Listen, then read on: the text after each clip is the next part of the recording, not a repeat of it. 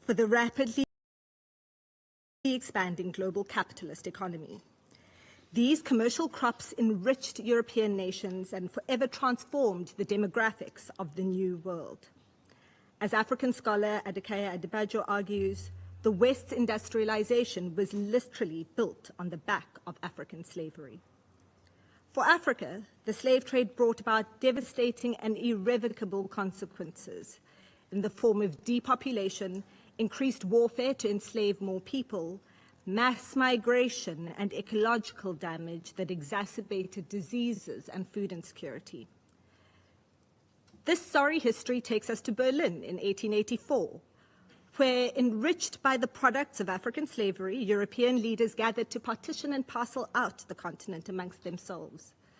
Hungry for the prestige and riches to be gained from imperial expansion, European presence in Africa was expanded into the interior of the continent, which was declared res nullius, or no man's land, despite the millions of people living there. Justified as a civilizing mission, this plunder of the continent cemented the destruction of economies, state systems, and cultures that was initiated by slavery 400 years earlier. One of those uncivilized Africans wrote in the Lagos Observer in February 1885 that the world has perhaps never witnessed until now such high-handed robbery on so large a scale. Africa is helpless to prevent it. It is on the cards that this Christian business can only end at no distant date in the annihilation of the natives. A major consequence of the Berlin Conference was the imposition of colonial states with borders drawn with a ruler and pencil that divided communities and operated on a logic of extraction and oppression of their populations. This continues to be felt in the unmanageable governance systems on the continent that are often incompatible with democracy and the rule of law. This has led to intractable violent conflicts. In the 30 years since the end of the Cold War, African conflicts have dominated the Council agenda. African subjects took up nearly 50% of the Council's meetings and 70% of its resolutions. As was the case in Berlin over 100 years ago, Africa is permanently on the menu, but Africans do not have a permanent seat at the table. Berlin also laid the foundations for the neocolonialism that continues to define Africa's economic relations with rich nations. Colonialism integrated African economies into the global economy on unequal terms to produce crops and raw materials to meet Western needs. This exploitative relationship continues today. The 2017 Honest Accounts report estimated that Africa loses $203 billion a year through illicit financial flows, profits by multinational corporations, and ecological destruction. With the continent receiving around $161 billion a year in loans, remittances, and aid, this makes Africa a net creditor to the rest of the world to the tune of $41 billion.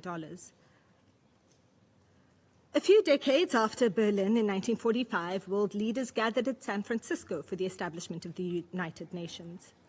Of the 51 original member states of the UN, only 4 were African: Egypt, Ethiopia, Liberia, and the Union of South Africa. Most of Africa was still under colonial rule. Concerns about the legitimacy of the structure, composition, and procedures of the UNSC were already evident in 1945.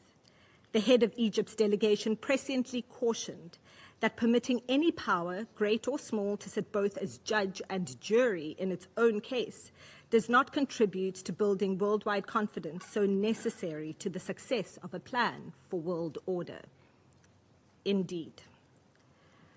But the seeds of freedom and self-determination sowed by the UN Charter spurred the liberation struggles of peoples throughout the continent, leading to the spread of decolonization in the 1950s and 1960s. This brings me to my second point of the need to recognize the myriad contributions made by African states to the evolution of the UN. Africa has not been a mere recipient of the UN's largesse, but an active contributor to its success. As more African states gained their independence, they agitated for reform of the Council and indeed succeeded in expanding the Council from 11 to 15 in 1965 with the addition of the elected seats for Africa. African scholar Thandeka Nkiwane observes that despite their relative weakness, newly independent African states used the principles and established forms of international relations and global discourse to advance the cause of sovereignty and self-determination for Africans.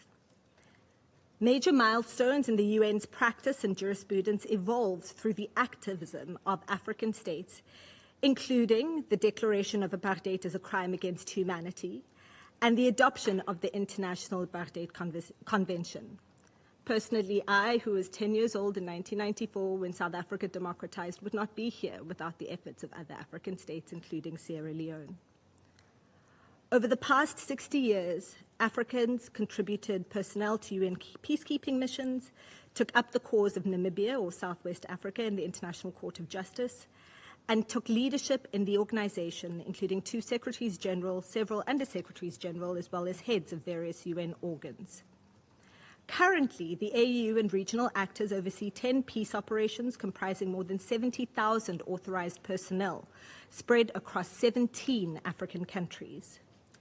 African-led peace operations operate with greater flexibility, enable more rapid response to crisis situations, and have proven more cost-effective. African peace missions have upheld important UN norms by challenging unconstitutional changes of government. Within the Council, successive African members have cooperated as the A3 to spearhead informal reforms of Council practice, including sharing the pen on African issues, promoting closer relations between the UN and regional organizations, and using visiting missions to ensure security interventions are responsive to the needs of the people on the ground in conflict situations.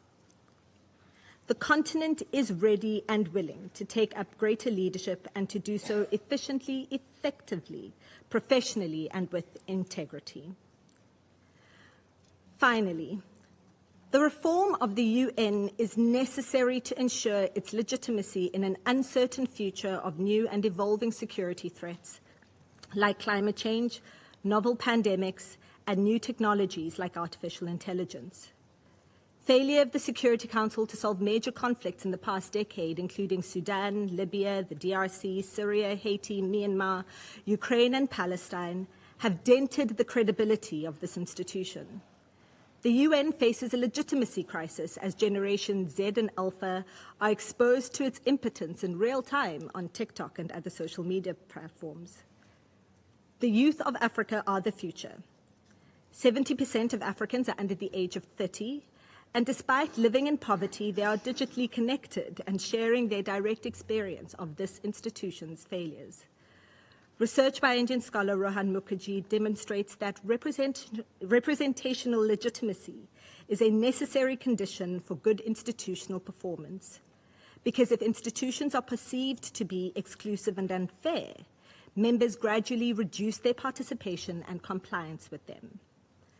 Mr. President, Your Excellencies, I beg your indulgence as we time travel to 2045 to a meeting in this chamber commemorating the 100th anniversary of the UN. At that point, Africa will have 2.3 billion people, making up 25% of the global population. Young Africans, as the most fit and able global demographic, will be the world's workforce and consumer base, keeping the global economy in business. Will the membership of the UN Security Council still look like it does today? Or will the diplomats seated here have had the courage to tackle head-on the power relations preventing meaningful reform? Bringing us back to the present day as we prepare for the UN Summit of the Future, member states have a timely opportunity to advance the agenda of Security Council reform and repair the historical injustice of Africa's exclusion. The AU Committee of 10's proposals on Council reform provide a strong basis for Africa to ensure the continent is prioritized in the negotiations. The nature of global threats and the definition of international security have changed dramatically since 1945, and the Council must be adapted to enable it to respond to new security challenges.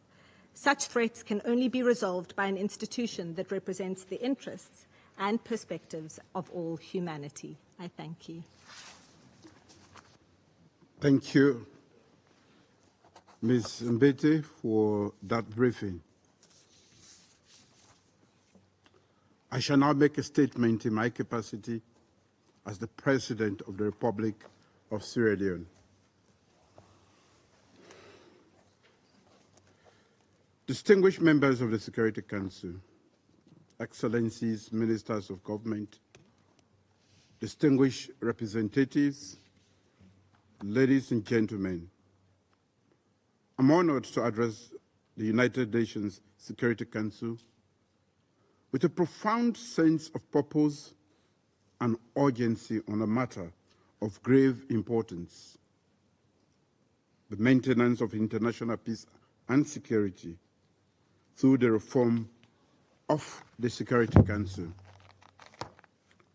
Today, I will specifically focus on addressing the historical injustice and enhancing Africa's effective representation in the Council. I thank the UN Secretary General, His Excellency Antonio Guterres, the President of the 78th session of the UN General Assembly, His Excellency Dennis Francis, and Dr. Sintimbele Bete for their very insightful and thought-provoking briefings.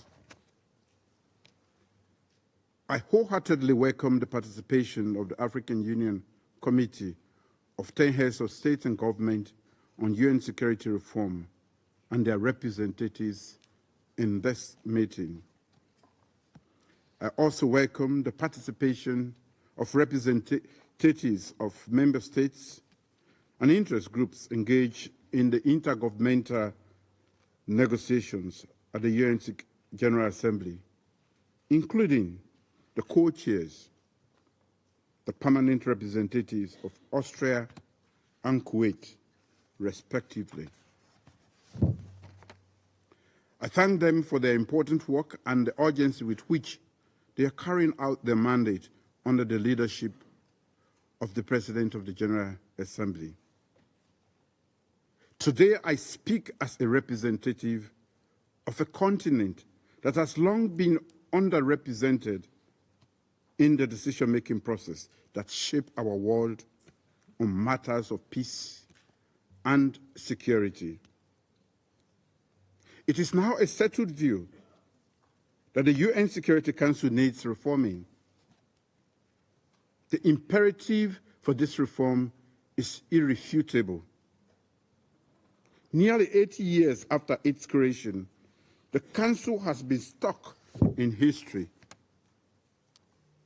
Its imbalanced composition is at odds with current realities and unjust, undermining its legitimacy and effectiveness. Africa remains the unquestionable victim. With the absence of structural change, the Security Council's performance and legitimacy remains questionable. Accordingly, as we reflect on the debate's theme and profound implications, it is essential to recognize how the historical injustice has significantly hindered Africa's ability to contribute effectively to global governance. The legacy of colonialism, economic exploitation, and political marginalization has left deep scars on the continent, affecting its development, stability, and influence in international affairs. The UN, the cornerstone of international cooperation, was founded on the principles of equality, justice, and the collective pursuit of peace.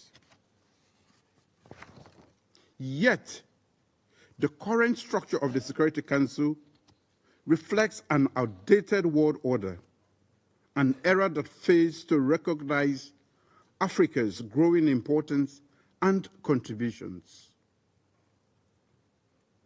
Despite being home to 1.3 billion people and the 53 African countries making 28% of the total membership of the UN, with significant contributions to peacekeeping and conflict resolution, Africa remains grossly underrepresented in this vital organ of the United Nations. This underrepresentation is not merely an anomaly of statistics. It is a profound historical injustice that must be addressed. As a consequence, and under the leadership of C10, Africa has been steadfast in its commitment to rectifying this injustice and imbalance of the UN Security Council. As the coordinator of C10, Sierra Leone has spearheaded efforts to amplify Africa's voice on this issue.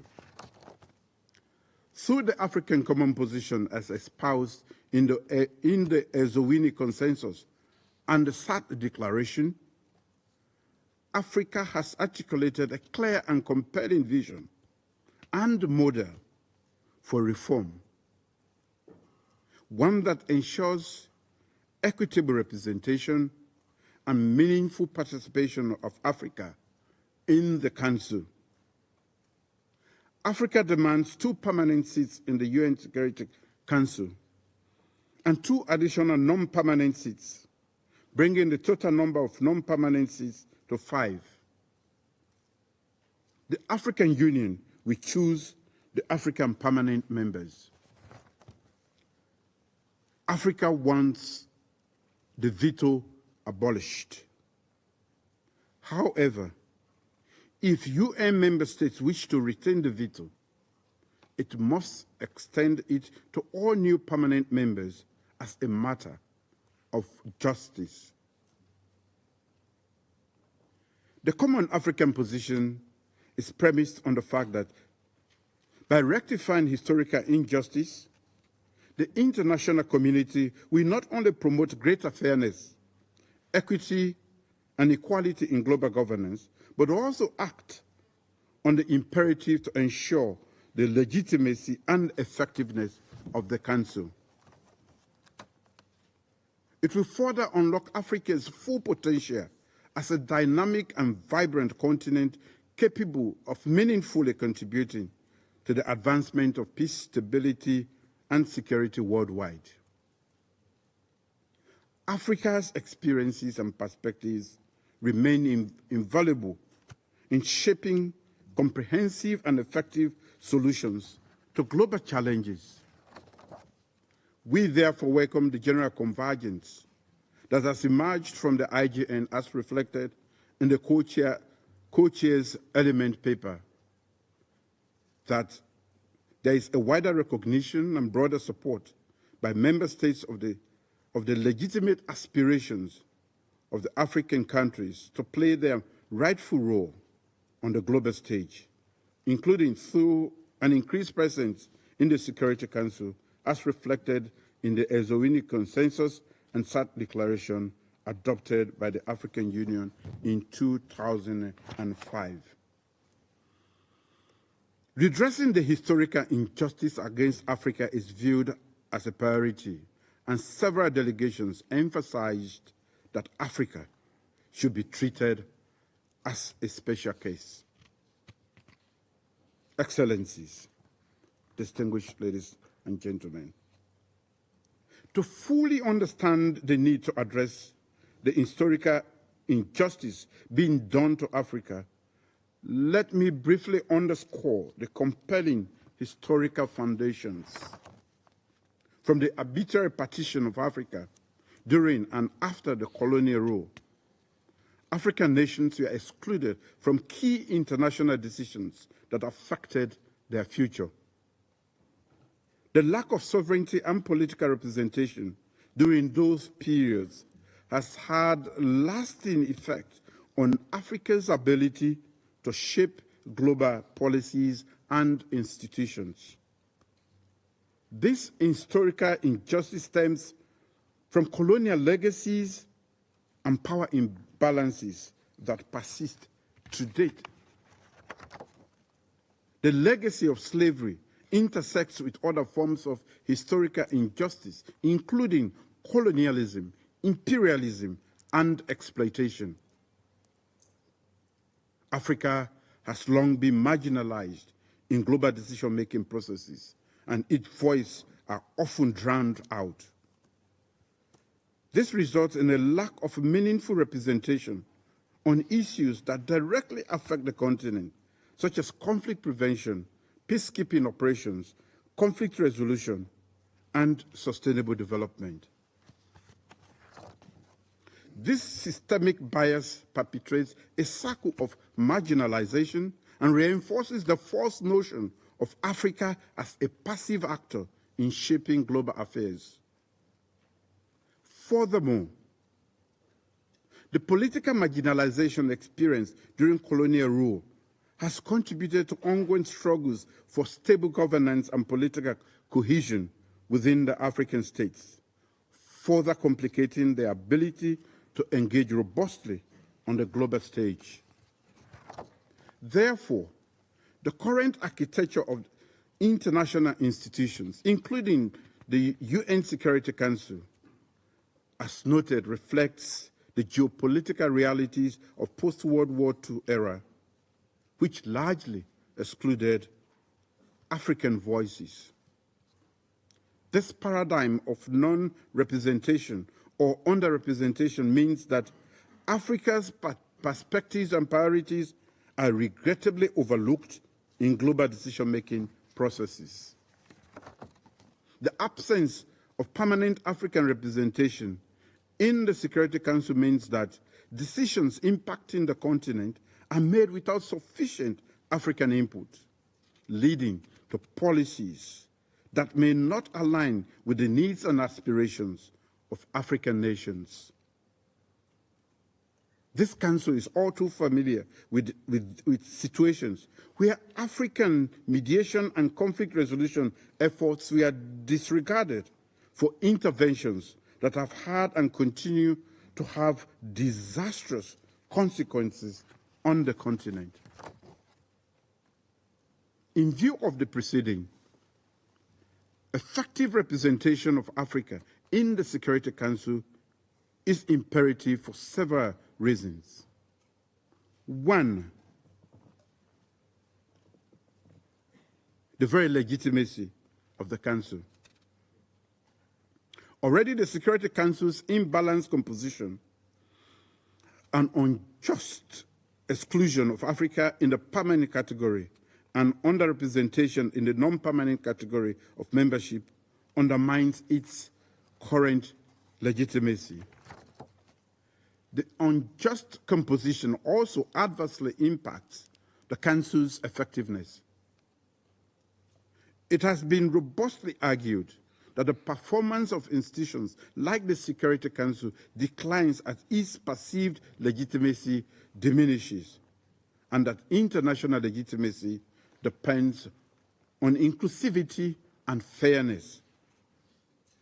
Therefore, to strengthen the Security Council, the historical injustice against Africa must be rectified as a matter of priority.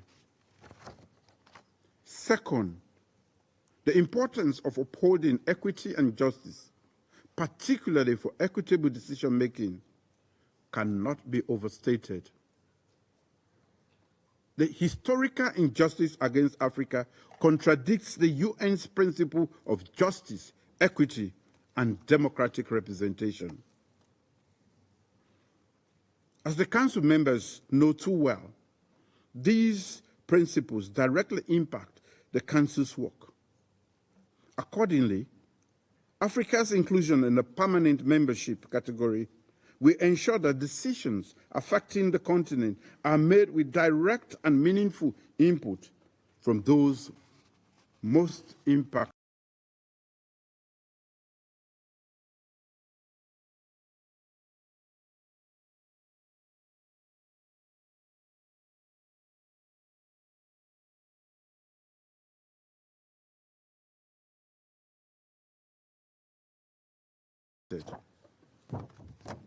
Third, to reflect the present global and geopolitical realities.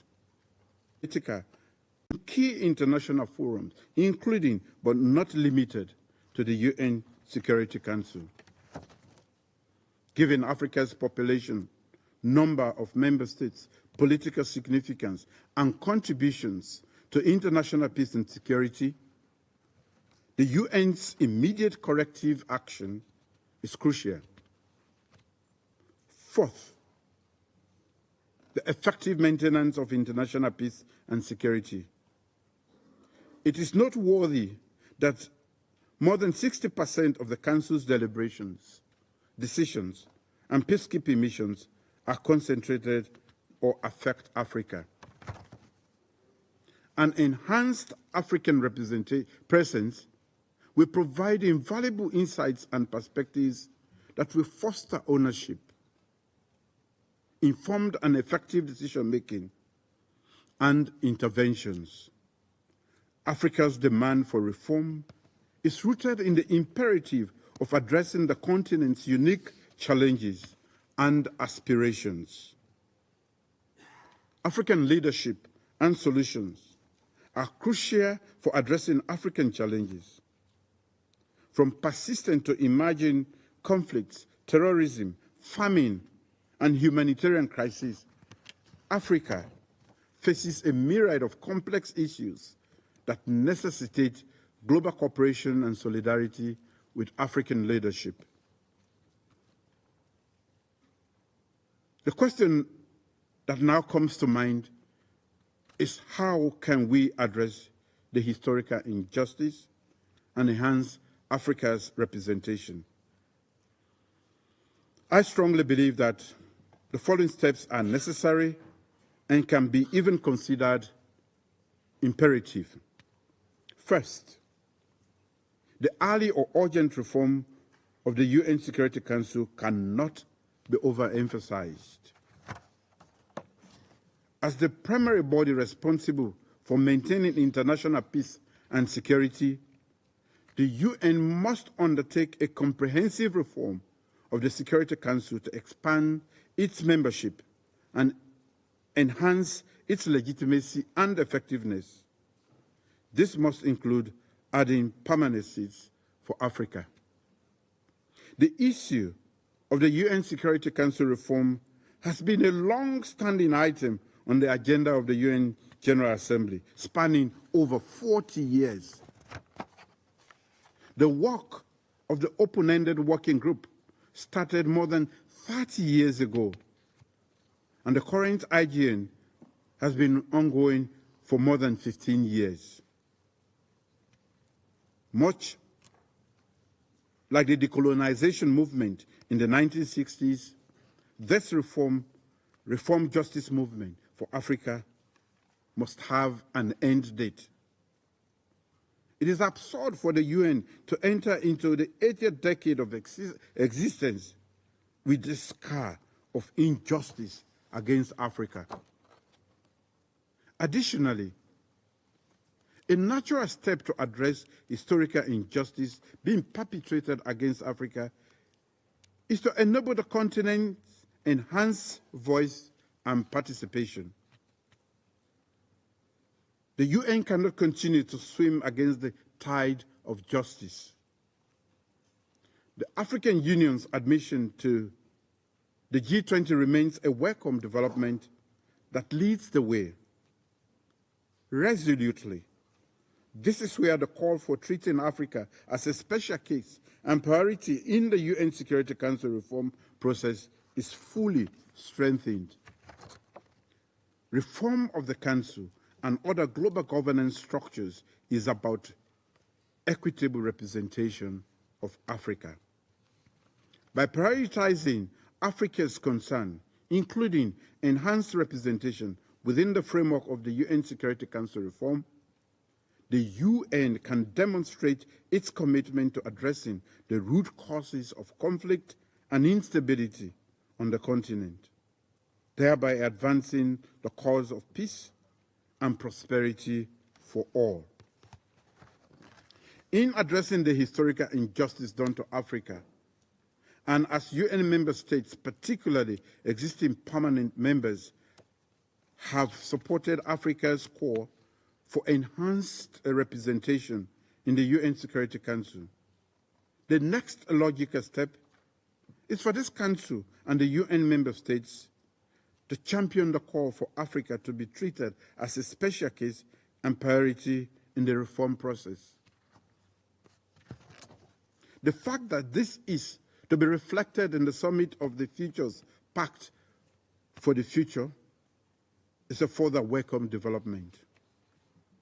The swift implementation is the next logical step, as justice delayed is justice denied.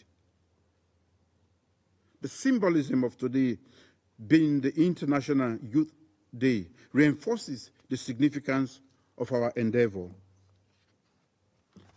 Excellencies, the time for change is now. The call for enhanced Africa representation in global governance structures, especially the UN Security Council, is not just a demand for justice and equity. It is a call for more inclusive, effective, and legitimate international governance system. Let us work together to redress this historical injustice and recreate a Security Council that truly represents the world in its diversity. The time for half measures and incremental progress is over. Africa must be heard, and its demands for justice and equity must be met. In rectifying the historical injustice that has long plagued the continent, the UN has an opportunity to forge a more just and inclusive world order, one that honors the dignity and aspirations of all nations, regardless of their size and stature. Now is the time for action. Africa cannot wait any longer. Thank you.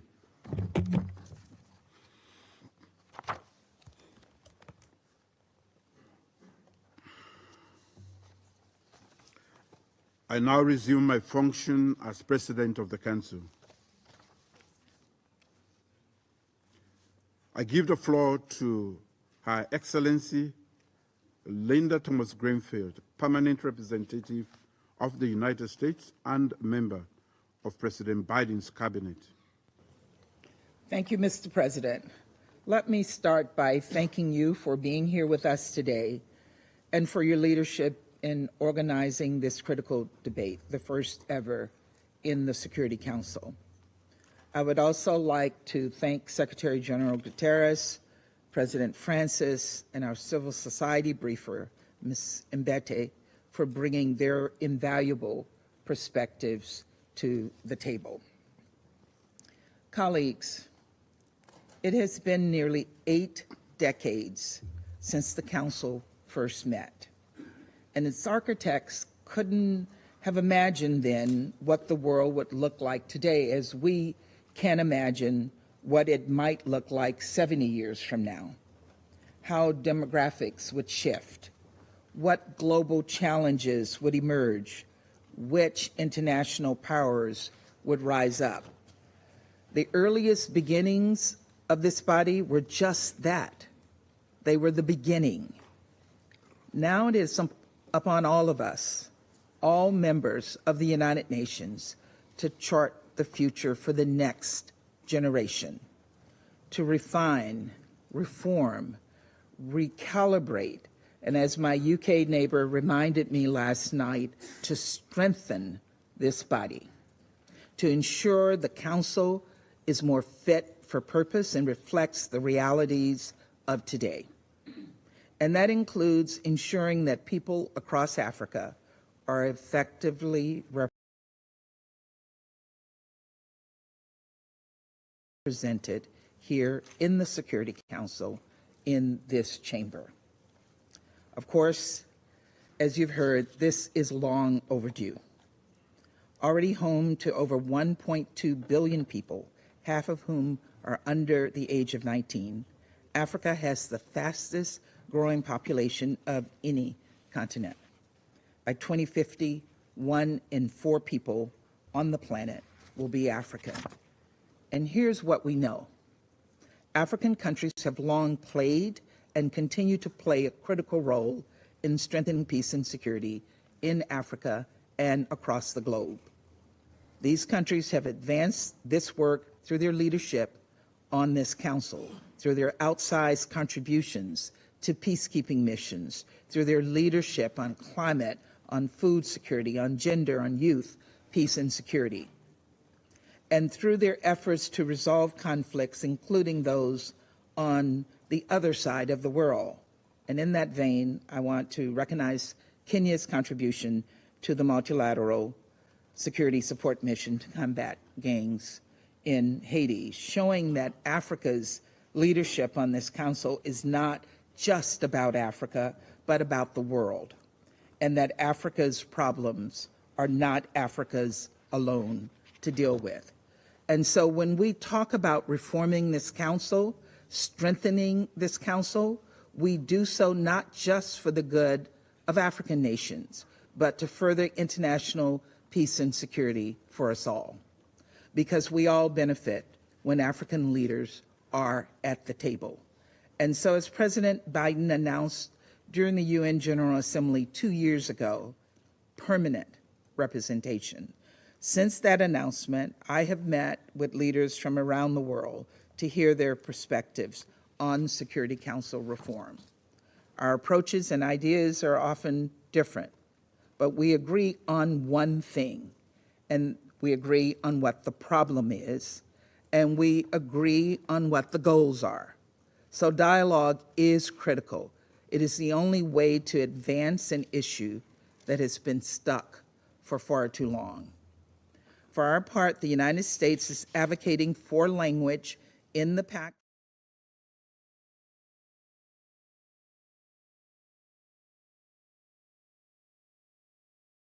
and we will push to ensure that the Summit of the Future is a platform for meaningful progress, one that creates a pathway for urgent action on Security Council reform. At the summit and beyond, we will keep working to achieve council reform. As we work toward that goal, we must also pursue every other avenue we can to ensure effective UN action to prevent and respond to security threats on the African continent and around the globe. In Sudan and Somalia, Democratic Republic of Congo, Gaza, Ukraine, the list could unfortunately go on and on. Violence continues to uproot lives and destroy livelihoods, to exacerbate food insecurity and re-entrench gender inequality, to repeat dark chapters of history. We need stronger, faster, and more effective action from the Security Council to put an end to this violence. And that is why the United States fully supported the adoption of Resolution 2719, creating a framework for the use of UN-assessed contributions for African Union-led peace support operations. This landmark resolution, adopted under the leadership of the A3, creates opportunities to strengthen UN-AU partnerships and to ensure that the UN is responsive to security needs on the continent. We will continue to work closely with our colleagues here in New York and in Addis to operationalize this new arrangement. But colleagues, we must also fight against any attempt to undermine Council action in support of Africa. Just look at the threats facing various panels of experts. These panels are critical UN tools that provide Security Council members with credible, timely, and detailed information about security threats. And yet, as of late, some on this council have tried to wind down or obstruct these panels of experts, particularly in Africa. It is imperative that we push back against these efforts to weaken our understanding of security dynamics in Africa and around the world. As many of you know, I spent a good part of my life, my career, living and working on the continent of Africa, engaging with people on the continent, doing my part to further peace and security, support refugees in the countries who host them, human rights and development, and observing up close the ways in which Africa, its people, and countries are stepping up to lead. And as I sit here representing the United States at the United Nations, I carry those life experiences with me, fueling my own commitment to making this council more representative and more effective. So let's stop admiring the problem here. We need to move to solutions. Today, 15 of us sit around this table, and it is my hope that the number grows to include permanent seats for Africa, Latin America, and others, and that in so doing, we're better equipped to live up to the mandate, our mandate, to prevent the scourge of war and advance peace and security for future generations. Thank you, Mr. President. Thank you to Sierra Leone for bringing this important subject to this chamber. Thank you, Your Excellency, for that statement. And I'll give the floor to His Excellency Lord Collins Highbury, Parliamentary Under-Secretary of State of the Foreign, Commonwealth and Development Office of the United Kingdom of Great Britain and Northern Ireland. Thank you, President. And can I start by also thanking the Secretary General Guterres and President Francis and Ms. Mbete for their excellent briefings to start this discussion. And it's a real privilege to join you today as the United Kingdom's new Minister for Africa and the United Nations. I am very grateful to Your Excellency, President Bibo, for putting this vital issue on the agenda. It's important that we have this discussion today. We are running out of time. The challenges we face today do not respect borders, and they are sorely testing the international order the United Nations has championed. The highest number of conflicts since the Second World War, a worsening climate crisis, widespread economic hardship, and desperate humanitarian need. This is all fueling a pervasive sense of insecurity, and we must find truly global solutions to these problems. Let me take this opportunity to underscore the United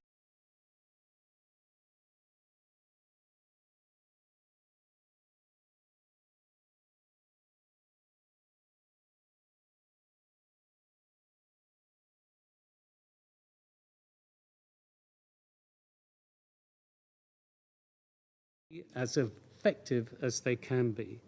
So we will work tirelessly with our allies and partners to strengthen them.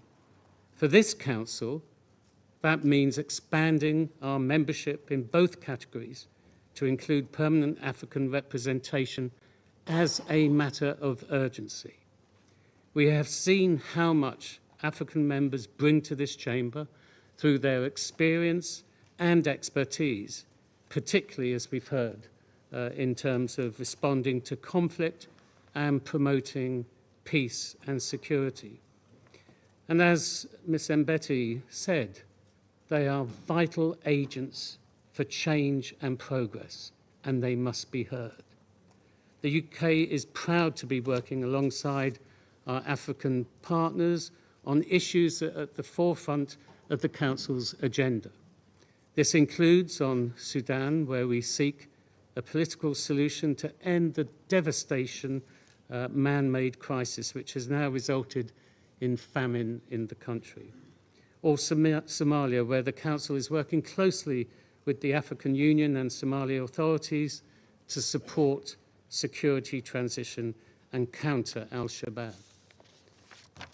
President, Your Excellency, your own country's experience of transitioning from war to peace in partnership with the United Nations provides us with valuable lessons. Of course, I recognise that the obstacles to reform are significant, but the United Kingdom is determined, absolutely determined, to overcome them. Thank you, Mr. President. Thank you, Your Excellency, Lord Collins of Highbury, for that statement.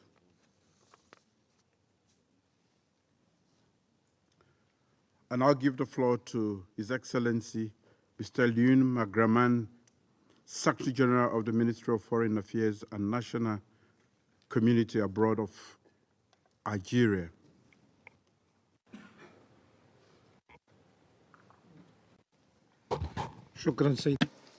Thank you, Mr. President. Your Excellency, Julius Maada Bio, President of the Republic of Sierra Leone. I'm honored to convey to you all and to the President of the Republic of Sierra Leone, His Excellency Mr. Julius Maada Bio, specifically, the greetings of the President of the Republic, Mr. Abdelmajid Tebboune. He wishes you success in your deliberations today.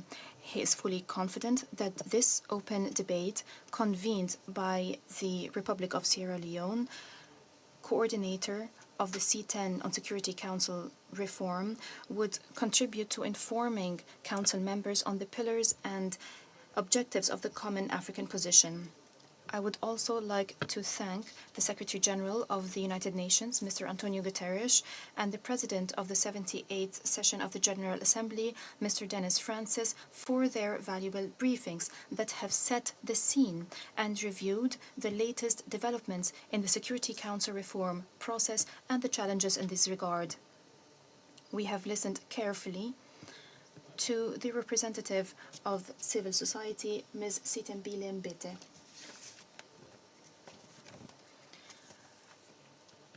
I would also like to welcome the high-level participation of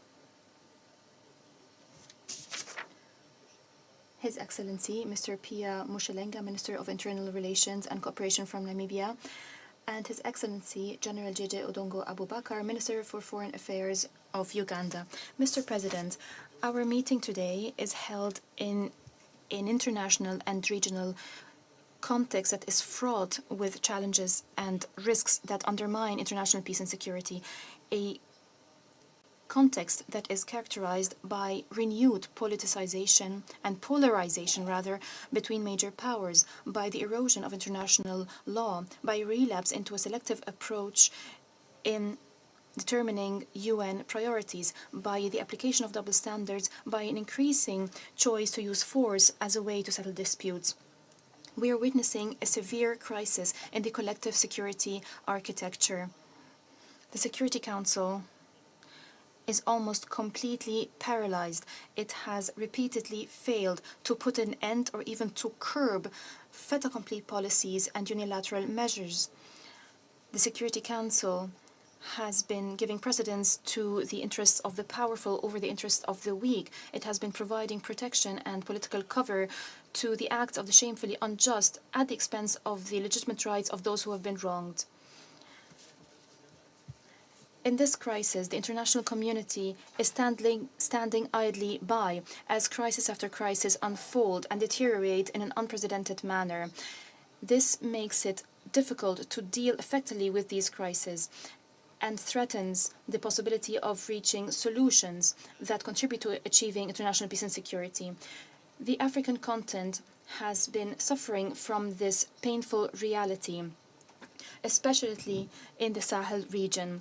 Security, development, and humanitarian challenges have taken worrying dimensions. There are increasing external interventions. There are conflicts of interest. Terrorism has been on the rise. Organized crime has been on the rise. There have been increasing hotspots, and there have been worrying unconstitutional changes in these countries. This is reminiscent of a period of time that we thought has long gone. These developments prompt us all to continue working together to allow African countries that are going through turmoil to go back to the political track and to give precedence to dialogue and consensual solutions that do not exclude anybody to achieve peace and security and stability that these countries aspire to. In the same context, we have to remind you of the continued suffering of the Sahrawi people in Western Sahara, occupied for more than 50 years. These people have been waiting patiently for recognition by the international community of its right, inalienable right to self-determination and ending the exploitation of its natural resources in an illegal way. It has been waiting for stopping the practices of occupation that violate its legitimate rights.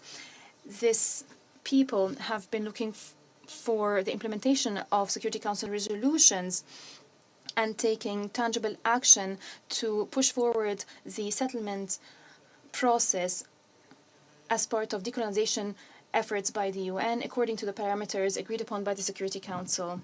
Of course, we have to recall the suffering of the brotherly Palestinian people that is deteriorating day after day amid the genocidal war launched by the occupation forces on the Palestinian people for more than 10 months as a result of the inability of the Security Council to compel the Israeli occupier to stop its violation and its crimes, its violations of international law. The expansionist Israeli occupation is completely disregarding international law. Mr. President, these developments that present a new reality must be dealt with in a spirit of responsibility, must be dealt with decisively based on the principles and values that we are guided by. All these developments has brought to the fore the issue of Security Council reform.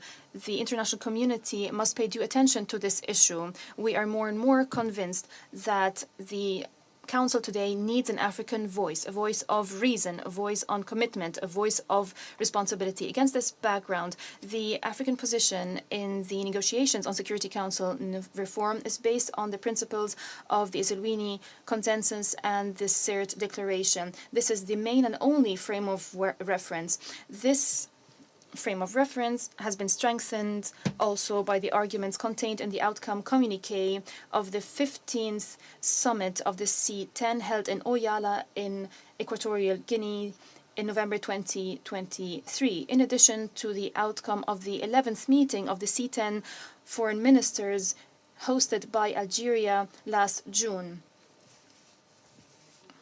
The arguments can be summarized as follows. We call, first of all, for redressing the historical injustice inflicted on the African continent. It is the only group that is not represented in the permanent membership category and is underrepresented in the non-permanent membership category. This is why Africa calls for its right to be allocated 2 permanent seats and additional 2 non-permanent seats, with all the privileges associated with these seats.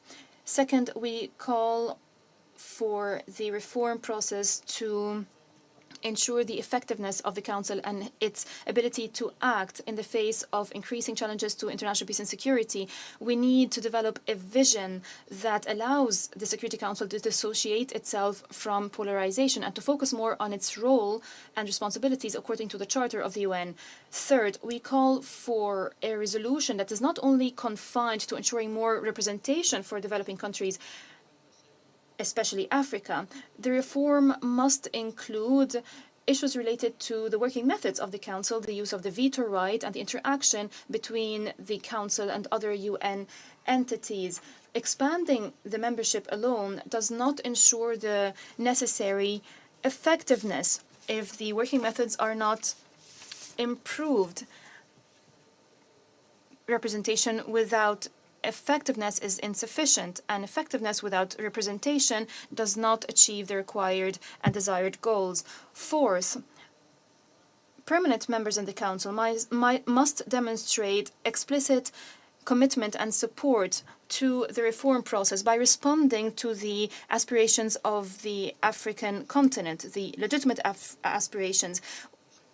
Permanent members must participate in a constructive way in the IGN and work seriously to reach a consensus on Security Council reform. The General Assembly and the IGN must remain the only platform to discuss Security Council reform.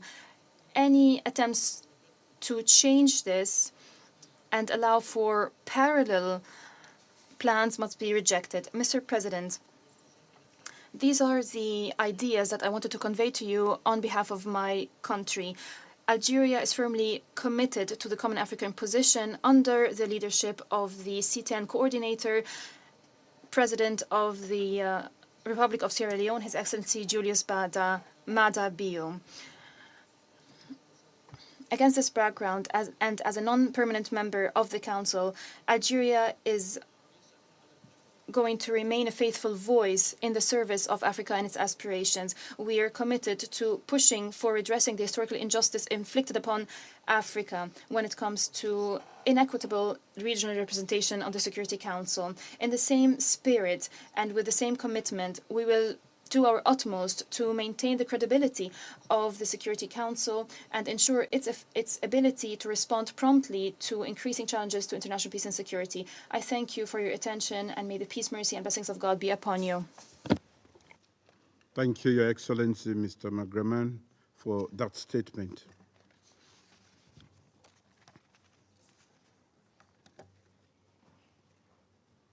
I now give the floor to His Excellency, Mr. Shinsuke Shimizu, Ambassador for Tokyo International Conference on African Development, Ambassador Special Envoy for the Horn of Africa, Ambassador Special Envoy for UN Security Council Reform and UN Security Council Elections Affairs, and Ambassador for International Economic Affairs, Ministry of Foreign Affairs of Japan.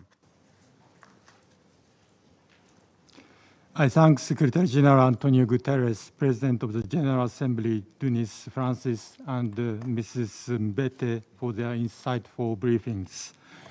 I begin by commending the outstanding leadership of Your Excellency, President Bio, in holding this timely debate. Japan welcomes Africa's initiative in taking a driver's seat in our shared journey of Security Council reform. As Africa has suffered historical injustice, it carries a powerful voice which reverberates around the globe. Security Council reform is at a critical juncture. Current geopolitical developments have exposed the many challenges surrounding the body. If the Council continues to lack fair representation, its legitimacy, credibility, and effectiveness, and even that of the UN as a whole, will erode. That will serve none of us. As a Council member, Japan has worked together with the A3 to enable the Council to fulfill its expected functions.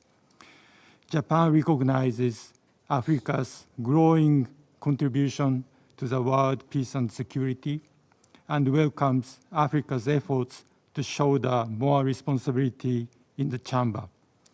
The landmark resolutions 2719 on financing of AU-led peace support operations adopted last year is a case in point. Given Africa's essential role in the Council, redressing the historical injustice against Africa and other unrepresented and underrepresented regions is long overdue. To rectify the existing imbalances and ineffectiveness, the Council has to be reformed with an expansion in both permanent and non-permanent membership. On reform and other issues alike, Japan is a long-standing partner for Africa. Our guiding principle is to support African ownership and co-create solutions through partnership.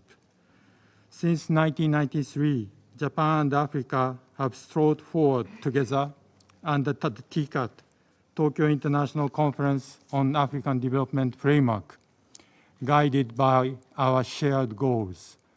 Later this month, ministers from African countries will meet in Tokyo again to discuss how Japan and the international community can contribute to Africa's endeavor to tackle their challenges and lay the groundwork for the upcoming TICAD 9 summit next year.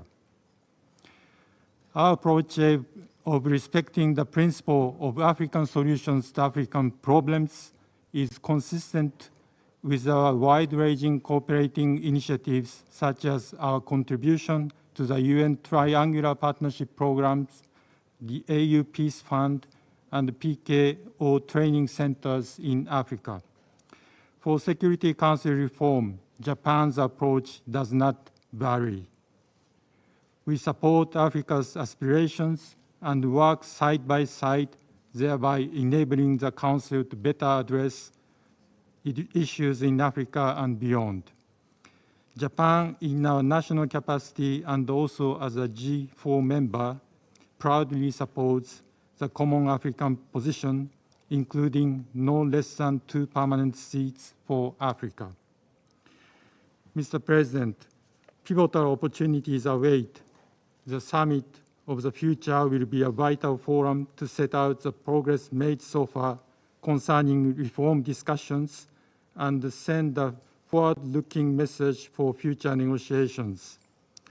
Japan supports paragraph on Africa in the current draft text of the Pact for the Future, which rightly touches on the imperative to redress historical injustice. After the summit comes the next critical round of the intergovernmental negotiations. We very much look forward to Africa's reform model being submitted for discussion, as was announced by Sierra Leone on behalf of African Group in the recent IGN, and to further advancing efforts to develop a consolidated model as a concrete step forward. Mr. President, as you rightly stated during the general debate of the high-level week last year, the historical injustice endured by the African continent remain unsolved in the IGN. We have to remind ourselves that the only way to resolve this imbalance is to expand not only non-permanent seats, but also permanent seats with all existing rights and responsibilities. Throughout the history of IGN, the vast majority of member states and groups, including the African Group, the G4, L69, CARICOM, the Nordic Group, the Benelux Group, and several permanent members have been calling for the expansion of both categories. This should be a guiding formula for our actions going forward. We must not lower our ambitions. Just as with other pressing issues facing the UN, we need to come together at a negotiation table in the quest for reaching tangible deliverables through negotiations on a single text. Let me reaffirm our commitment and readiness to do so. We count on Africa as an indispensable partner along the way. You can count on us as well. Finally, I would like to add Japan aligns itself with the G4 statement to be delivered by India later. Thank you.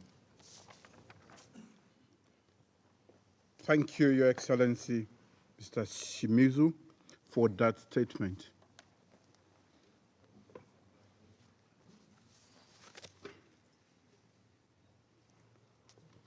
I now give the floor to the representative of France. Mr. President, I wish to thank you for convening this thematic debate on the major issue that is Africa's representation on the Security Council. I welcome the presence of the UN Secretary General and that of the President of the 78th session of the General Assembly, Mr. Denis Francis. That presence bears witness to the importance that we collectively attach to Security Council reform and to the legitimate aspirations of Africa. I also wish to thank Ms. Mbete for her briefing. Mr. President, this reform is awaited by the vast majority of UN member states.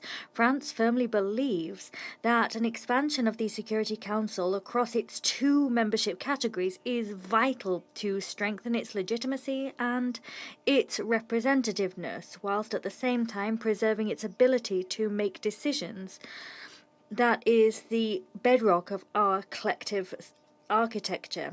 We firmly believe that this reform is possible in accordance with the Charter, even in the absence of absolute consensus. That indeed was demonstrated by the previous reform of 1963. Mr. President, France's position is clear, long held, and unwavering. It is utterly illogical that Africa, that accounts for more than a quarter of the UN member states, is not represented among the permanent members of the Security Council. That must and can change now. It is in this vein that we organised, with the participation of the UN, the African Union, C10, and our partners from G4, a roundtable in Addis Ababa in last April on Security Council reform. A reform is possible and can be the catalyst for it.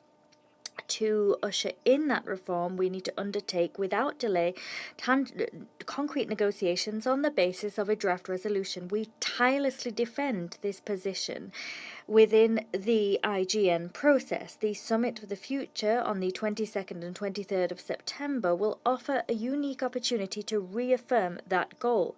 France believes, as do the majority of states, that an expansion in the 2 categories of members and an increased presence of Africa, including among the permanent members, are both necessary to achieve that goal.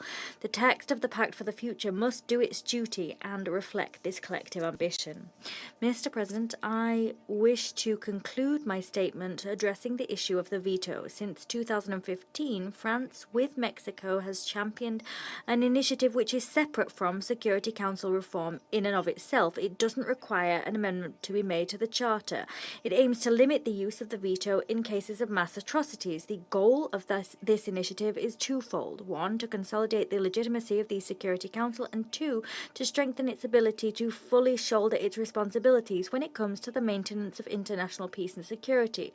The current crises on which the Security Council is gridlocked demonstrate the relevance of that initiative. It's already supported by 106 states throughout all regions of the world. We call upon those that have not yet done it to accede to this initiative to get things moving forward. Thank you. Thank you very much, Representative of France, for that statement. And now give the floor to the representative of Mozambique. Mr. President of the Security Council, Mr. President of the General Assembly, Mr. Secretary General, Excellencies, distinguished members of the Council, Mozambique wishes to commend the Sierra Leone's presidency for convening this important high-level debate. We thank His Excellency, Mr. Secretary General Antonio Guterres, for his strong, principled, and long-standing advocacy and friendship with Africa in search for a just and fair global peace and security architecture. We are grateful to His Excellency Mr. Denis Francis, President of the General Assembly, for his emphatic support for the strengthening of Africa's role in global affairs. We thank Ms. Chitembile Mbet for our excellent presentation before the Council.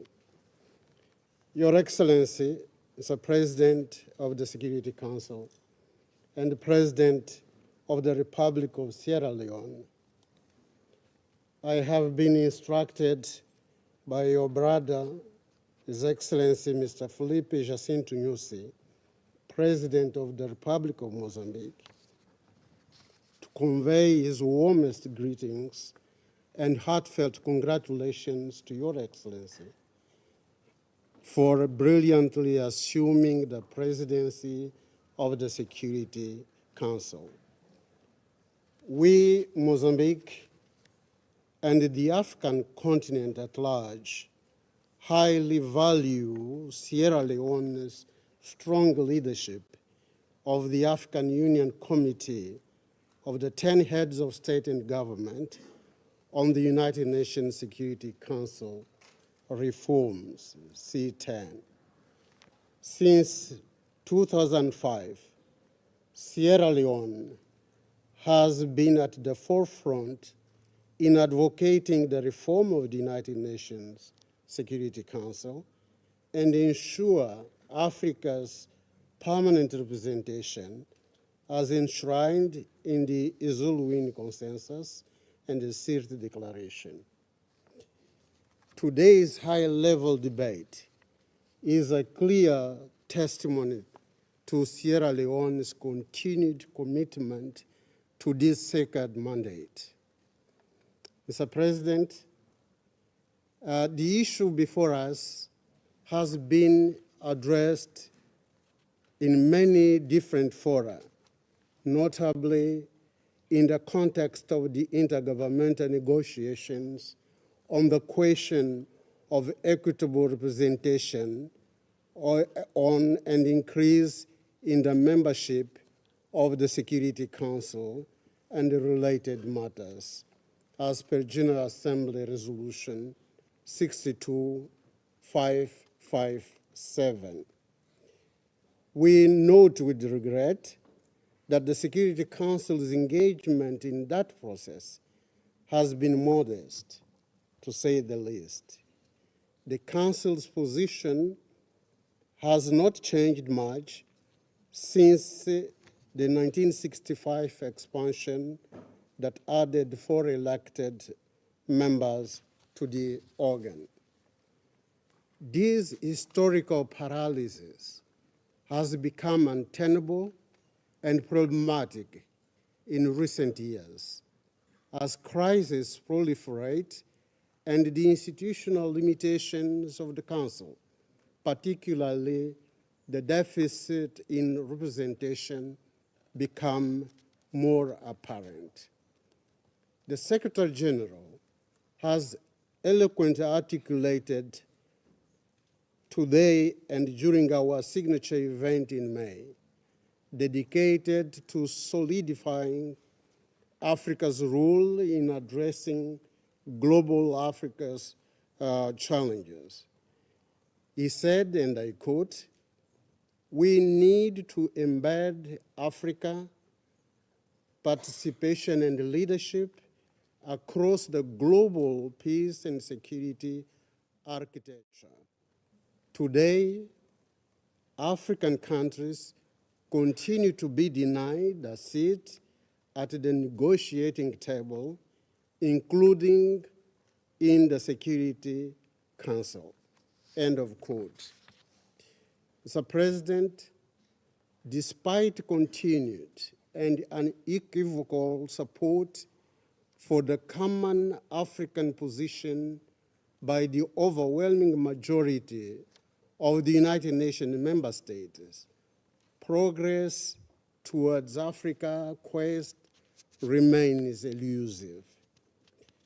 To the dismay of African states, the global consensus on the justice and legitimacy of Africa's call for a permanent seat in the Security Council has devolved into a prolonged, difficult, and unfinished labor process. Hence, Africa, being the only continent without representation on the Security Council, must drive the call to meaningful actions to rectify the historical injustice it endures. We feel, the world feels, that the time has come to unleash Africa's peace power for Africa to hold a permanent seat at the Security Council host table. Mr. President, Mozambique embraces today's discussion as it echoes the call this Council has made in the presidential statement issued during our presidency in May, which states inter alia, and I quote, "The Security Council expresses support for progress in enhancing the role and representation of African states in global governance and decision-making processes," end of quote. The challenges posed by Africa's limited representation in the Security Council restricts to a large extent the continent's ability to deliver effective and positive conflict resolution experience and mechanisms. This can result in delayed international responses, solutions that do not align with the continent's long-term peace and security goals, and an over-reliance on external forces and non-African actors and challenges in an effective implementation of the principle African solutions to African problems. African member states, whether individually or through regional and sub-regional organizations, like the African Union, have been pivotal in maintaining international peace and security. Africa has made sacrifices and faced challenges on behalf of the global community while lacking appropriate and permanent representation in this important decision-making body. We have adopted in December last year the highly acclaimed Security Council Resolution 2719, which addresses a long-standing demand of the continent to ensure access to adequate, predictable, and sustainable financing for African Union-led peace support operations. But we believe it will remain insufficient without the influence and authority that comes by virtue of an African permanent seat.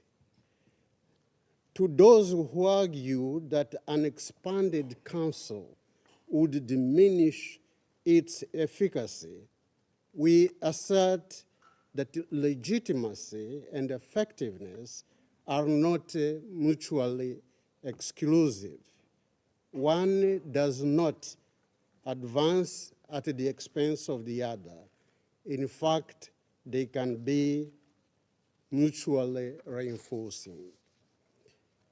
Despite the daunting task of creating a more inclusive, transparent, efficient, and effective, democratic and accountable council, and the slow progress of the intergovernmental negotiations, Africa will steadfastly maintain its common position in demanding permanent seats on the UN Security Council. We remain unified and will speak with one voice through the C10 and the A3+, guided by the Zuluini Consensus and the CIRT Declaration. Let us remind ourselves that the other organ of the United Nations, the General Assembly, was able to correct another historical injustice years ago. In 1960, the General Assembly adopted Resolution 1514 that contains the Declaration on the granting of independence to colonial countries and peoples. The Declaration said, and I quote, "The subjection of peoples to alien subjugation, domination, and exploitation constitutes a denial of fundamental human rights, is contrary to the Charter of the United Nations, and is an impediment to the promotion of world peace and cooperation, end of quote. We should consider this as an important basis to correct the injustice that prevails today in the Security Council structure. Mr. President, as we build momentum toward September Summit of the Future, today's debate will carry the call of Africa for a reformed Security Council, one that is fit for the 21st century and better tailored to the realities, challenges, and strengths of our continent and the world at large.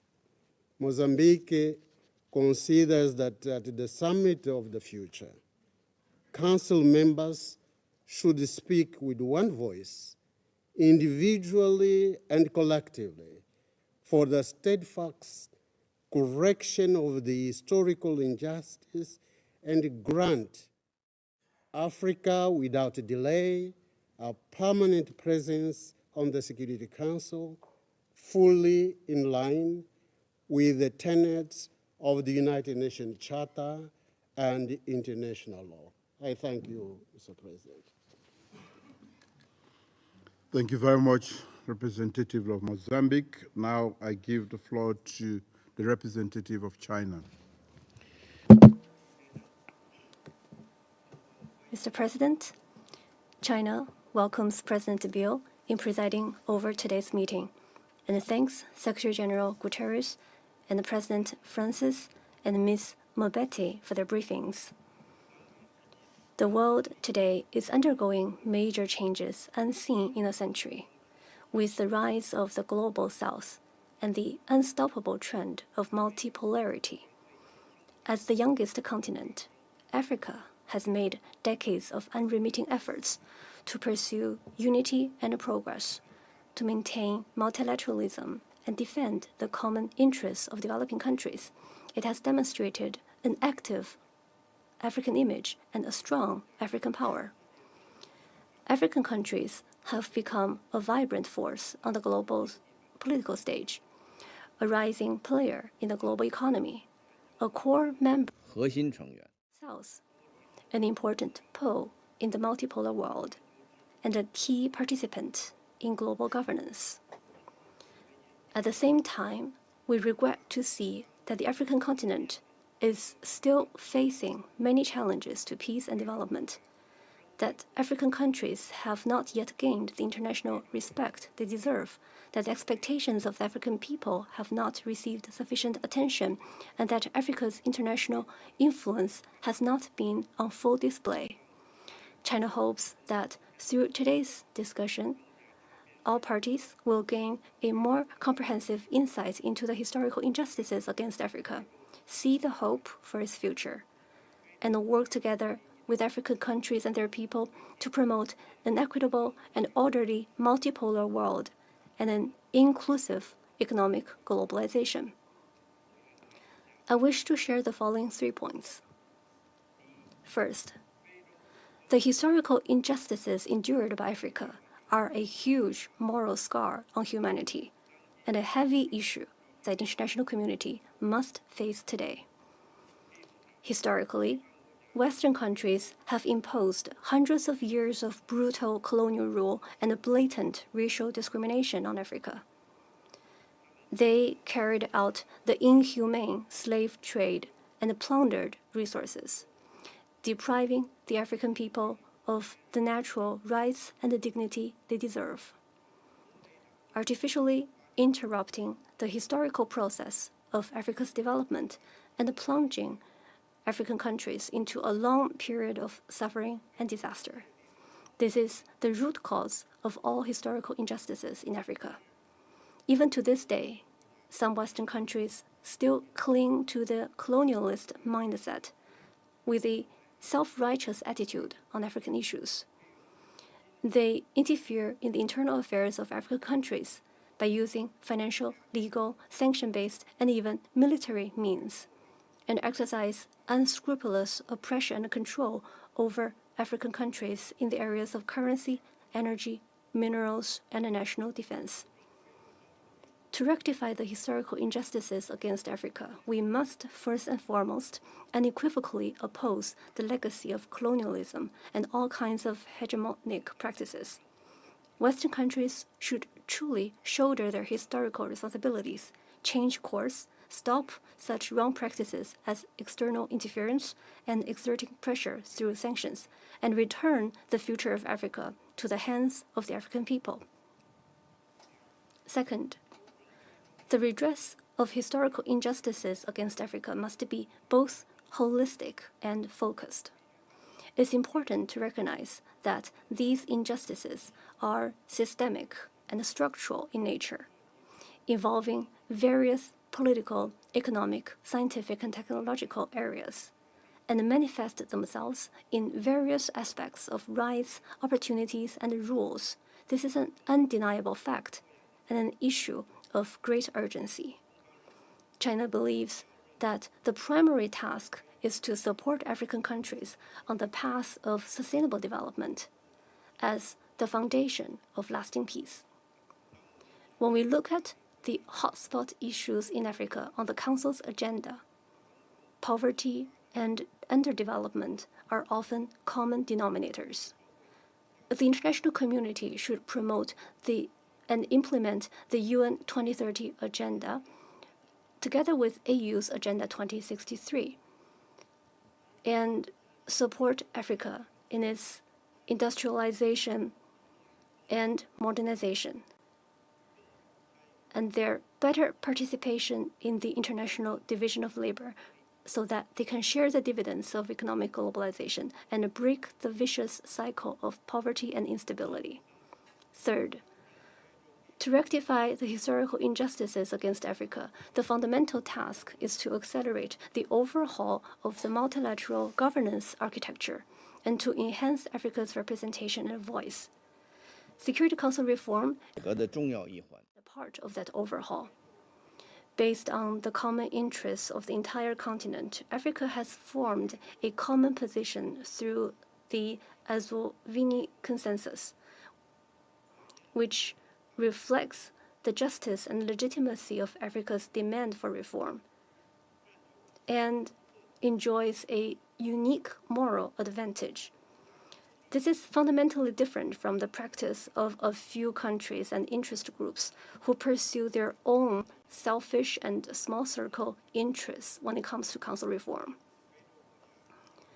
African countries' desire to be treated as a special case and a priority deserves the attention and support of the international community. China has taken the lead in its favorable response and explicit support for this request. We are pleased to note that such request has been included in Security Council reform-related text in the Pact for the Future and the IGN co-chairs elements paper, and that Africa's demand is gaining greater understanding, recognition, and support. The reform of the financial architecture is another important area of multilateral governance reform. The current international financial system is unfavorable to developing countries in terms of investment and financing, credit ratings, and economic and technical assistance. It imposes many additional conditions, which severely hampers the development and revitalization of African countries. The irresponsible monetary policies of some major economies have had serious spillover effects, repeatedly reaping the hard-won development gains of developing countries. Such a system is unsustainable and must be reformed and improved as soon as possible. Secretary General Guterres and the Global South have made a strong appeal to the international community to take the Pact for the Future as an opportunity to launch truly ambitious initiatives and push for substantial steps of reform. Mr. President, China and Africa are good friends, good partners, and good brothers who are sincere and friendly, based on mutual assistance and joint development. Since the founding of the new China, 非洲国家 firmly supportive of African countries' just struggle for independence and national liberation, and a development path for Africa in line with its conditions. Since the reform and opening up of China, we have vigorously promoted mutually beneficial cooperation. In recent years, we have upheld President Xi Jinping's philosophy of true and sincere cooperation with Africa, and the principle of pursuing the greater good and shared interests, and have fast-tracked the construction of the China-Africa Community of Shared Future. Under the framework of the Forum on China-Africa Cooperation, we have carried out all-round, multifaceted cooperation in infrastructure, trade, energy, health, digital economy, people and cultural exchanges, and other areas, benefiting the entire African continent.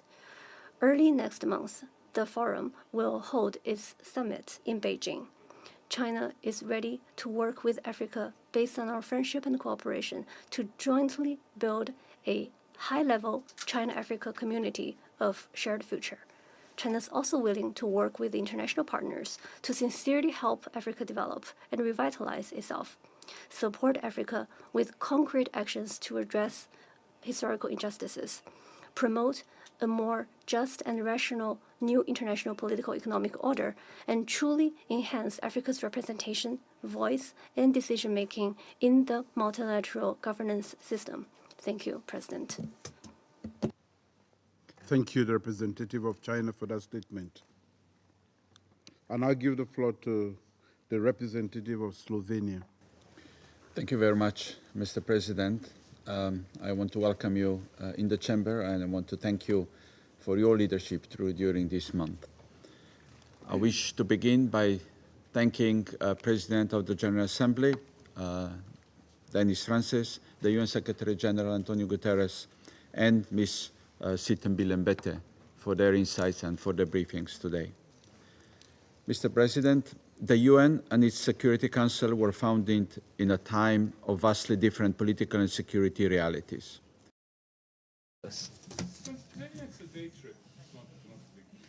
Yeah.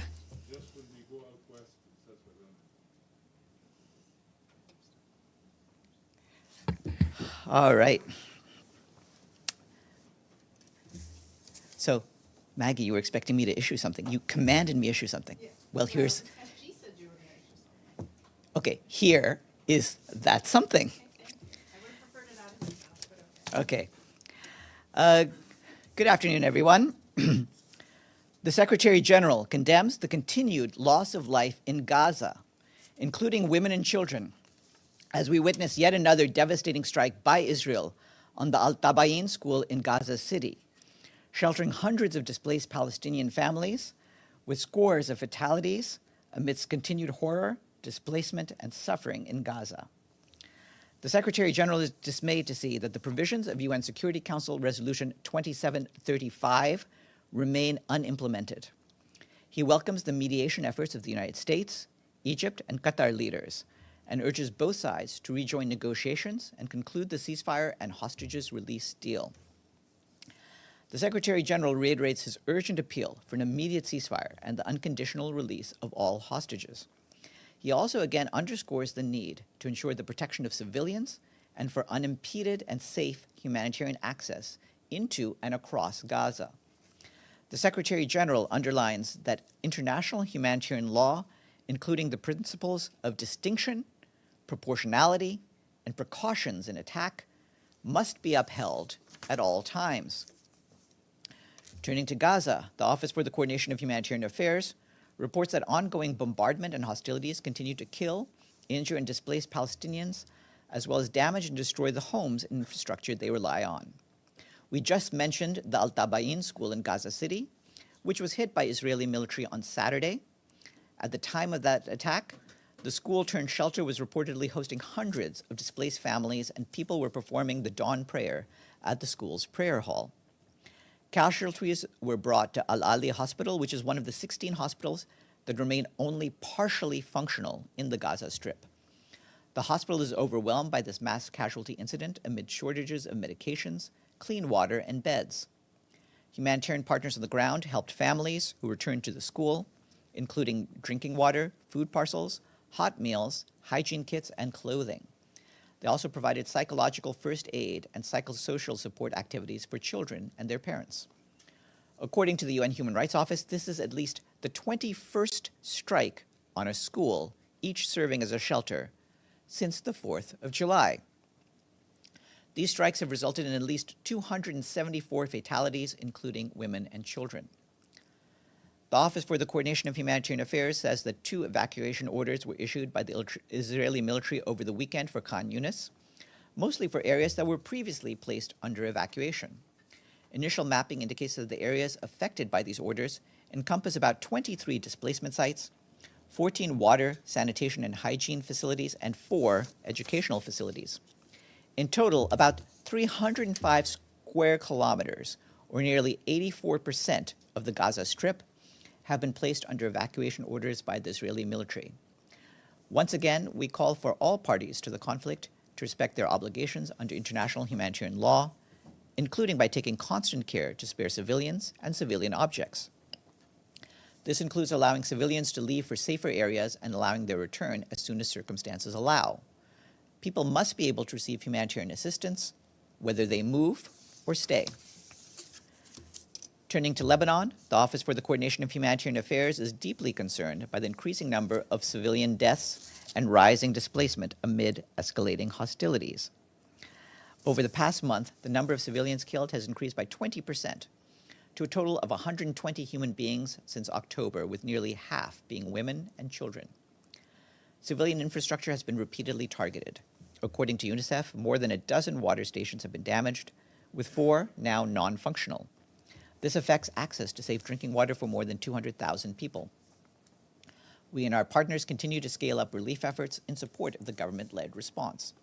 The World Health Organization recently delivered 32 tons of trauma and emergency surgical kits, as well as medications. For its part, UNICEF has distributed 65 tons of emergency kits, including medications and medical supplies, as part of their efforts to pre-position critical assistance. People are being displaced on both sides of the blue line. Our humanitarian colleagues tell us that in Lebanon, displacement has increased by nearly 4% since the 23rd of July, to a total of 102,000 people since October. We again urge all parties to respect their international humanitarian law obligations, stressing that civilians and civilian infrastructure must be protected.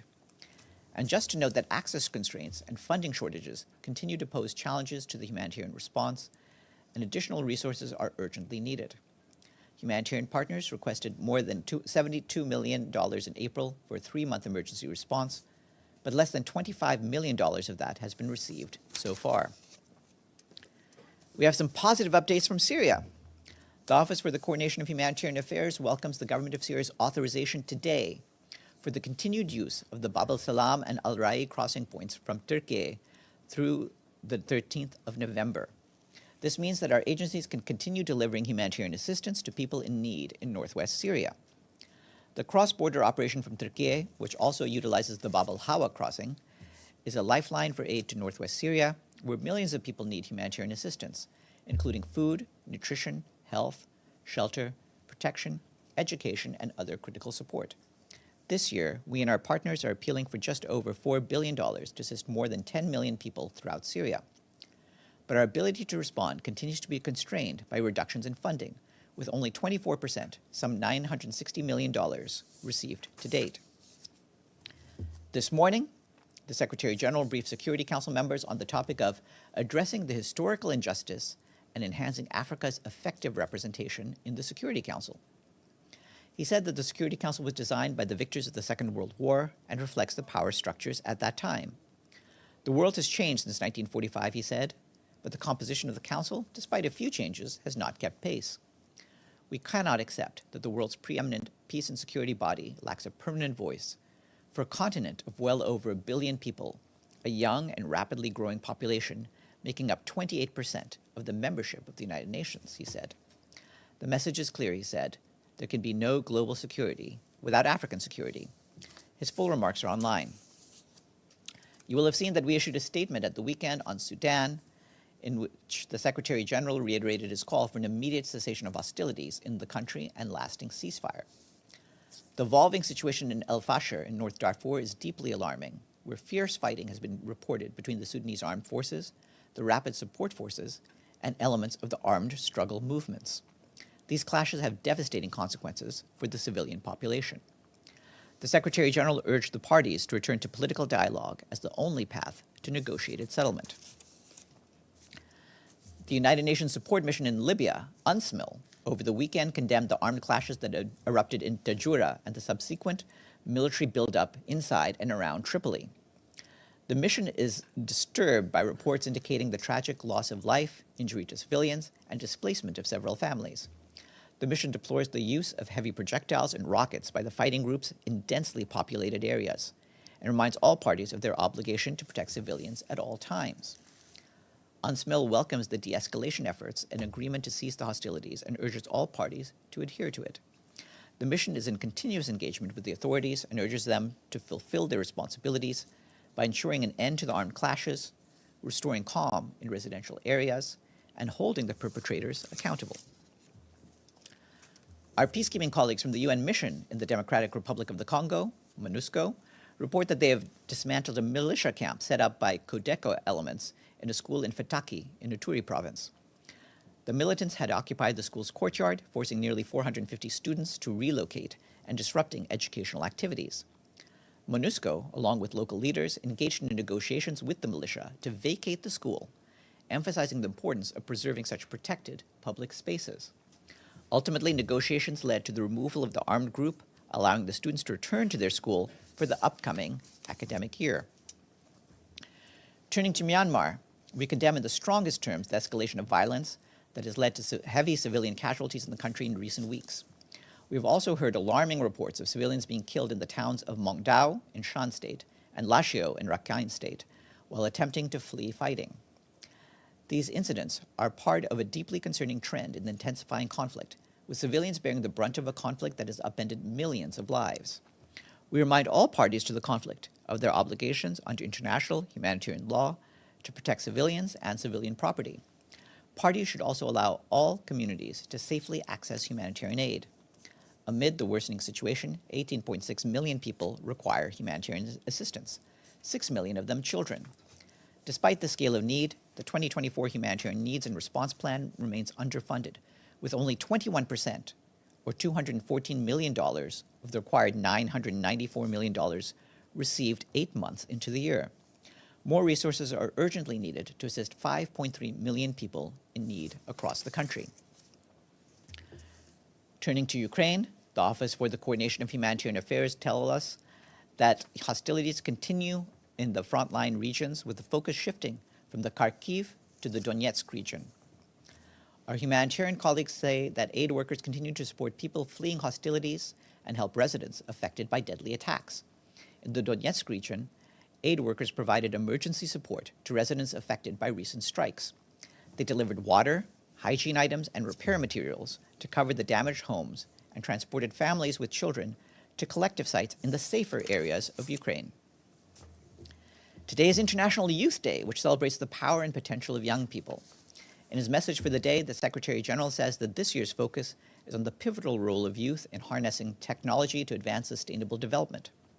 And according to a new International Labor Organization report, the global labor market outlook for young people has improved in the last 4 years. But for the youth who do work, the report notes the lack of progress in gaining decent jobs. Globally, more than half of young workers are in informal employment. There's more information online. And tomorrow, my guest will be Alison Davidian, UN Women's head of the Afghanistan Country Office, and she will join us from Kabul to discuss UN Women's Afghanistan Gender Country Profile 2024. Are there any questions for me? Yes, please. Thank you. Welcome back. No, hold on.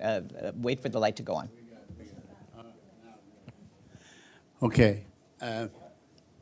Yeah, he can hear me, right? Yeah, I can hear you. Okay, excellent. I have a very simple question. Does the Secretary General unequivocally and in no uncertain term condemn the bombing of a Tabain school? You may have missed what I said at the very start of the briefing, but what I said is the following. The Secretary General condemns the continued loss of life in Gaza, including women and children, as we witness yet another devastating strike by Israel on the Al-Tabain school in Gaza City, sheltering hundreds of displaced Palestinian families, with scores of fatalities, amidst continued horror, displacement, and suffering in Gaza. Okay, so he does, in no uncertain terms, condemn the bombing of a Tabain school. That and indeed among that among this other particular- other recent attacks that have caused civilian casualties. Yes. Thank you. Yes, Maggie. Farhan, you said in the other notes that this was at least the 21st strike on a school in just over a month. Also, there are a lot of pictures now, satellite photos of Gaza, how it's completely decimated. Is the Secretary General concerned that a genocide is unfolding in Gaza? Well, a genocide is, as we've said many times on this case, a legal and judicial ruling that is made by the appropriate courts. What we are underscoring and what we are providing to the world and to interested parties is the evidence of what is happening on the ground. I just pointed out that evacuation orders have affected something along the lines of 82% of the territory of Gaza. Last week, the UN Satellite Center, UNOSAT, said that over 60% of the buildings in Gaza have been damaged or destroyed. These are alarming figures for any conflict anywhere, and the question is, how are we going to make this stop? From the Secretary General's standpoint, the priority is to halt the fighting, and that is why he's encouraging all efforts at a ceasefire. Yes, Abdelhamid. Thank you, Farhan. Can I conclude from that statement that the Secretary General is condemning Israel for perpetuating this massacre in Tabain school? Not condemning killing civilian or condemning the loss of life, but condemning Israel. I did mention that this was yet another devastating strike by Israel. So you can make of that what you will. Okay. My second question, the communication minister of Israel said that all those journalists who were killed, which is over 160, are masked terrorists. What do you say to that? We have continually affirmed the need to respect the rights of the freedom of the press and the rights of journalists to go about their work without any hindrance. And we are against any actions or rhetoric that places their lives at risk. Deji? Yes, a couple of questions. First, on the Kursk issue. Today, the Ukrainian President Zelensky confirmed that Ukrainian military forces are operating inside Kursk. I know I asked you this question several times. Now, does the UN have any on-location or on-site team to confirm what happened there? We are not on location in that part of the Russian Federation. What I can say is that we continue to closely monitor developments and reported attacks along the Ukraine-Russia border, including in the Kursk region of the Russian Federation. We reiterate our call for all concerned to act responsibly and ensure the protection of civilians. And we further reiterate the Secretary General's call on all parties to prevent further escalation. Do you agree that this is a counterattack in self-defense?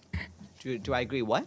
Is this a counterattack in self-defense of Ukraine? We are accumulating as much information as we can on this. It's hard to determine this, but certainly any fighting into new areas poses the risk of a dangerous escalation, and we oppose that. Yes, Gabriel. Thank you, Farhan.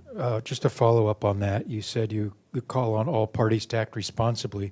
Do you think that it's responsible for one country to cross the internationally recognized borders to invade another country in a time of a conflict in response to themselves being invaded? I think the Secretary General has spoken on this extensively over recent years, and you can just see what he had to say about that. I think it's just, if I can, it's just, I know you guys are trying to gather more information on this, but it's pretty clear that Ukraine has sent their military crossing international borders into Russia. So I guess the question is, do you consider that a legitimate response by Ukraine in their own self-defense? This is something, again, we're getting as much information as we can to see both what this action is and how it is being justified. Maggie. Farhan, any updates on who the Secretary General has been calling over the last few days? Has he spoken to anyone in Iran, for instance, to try and calm things down in the Middle East?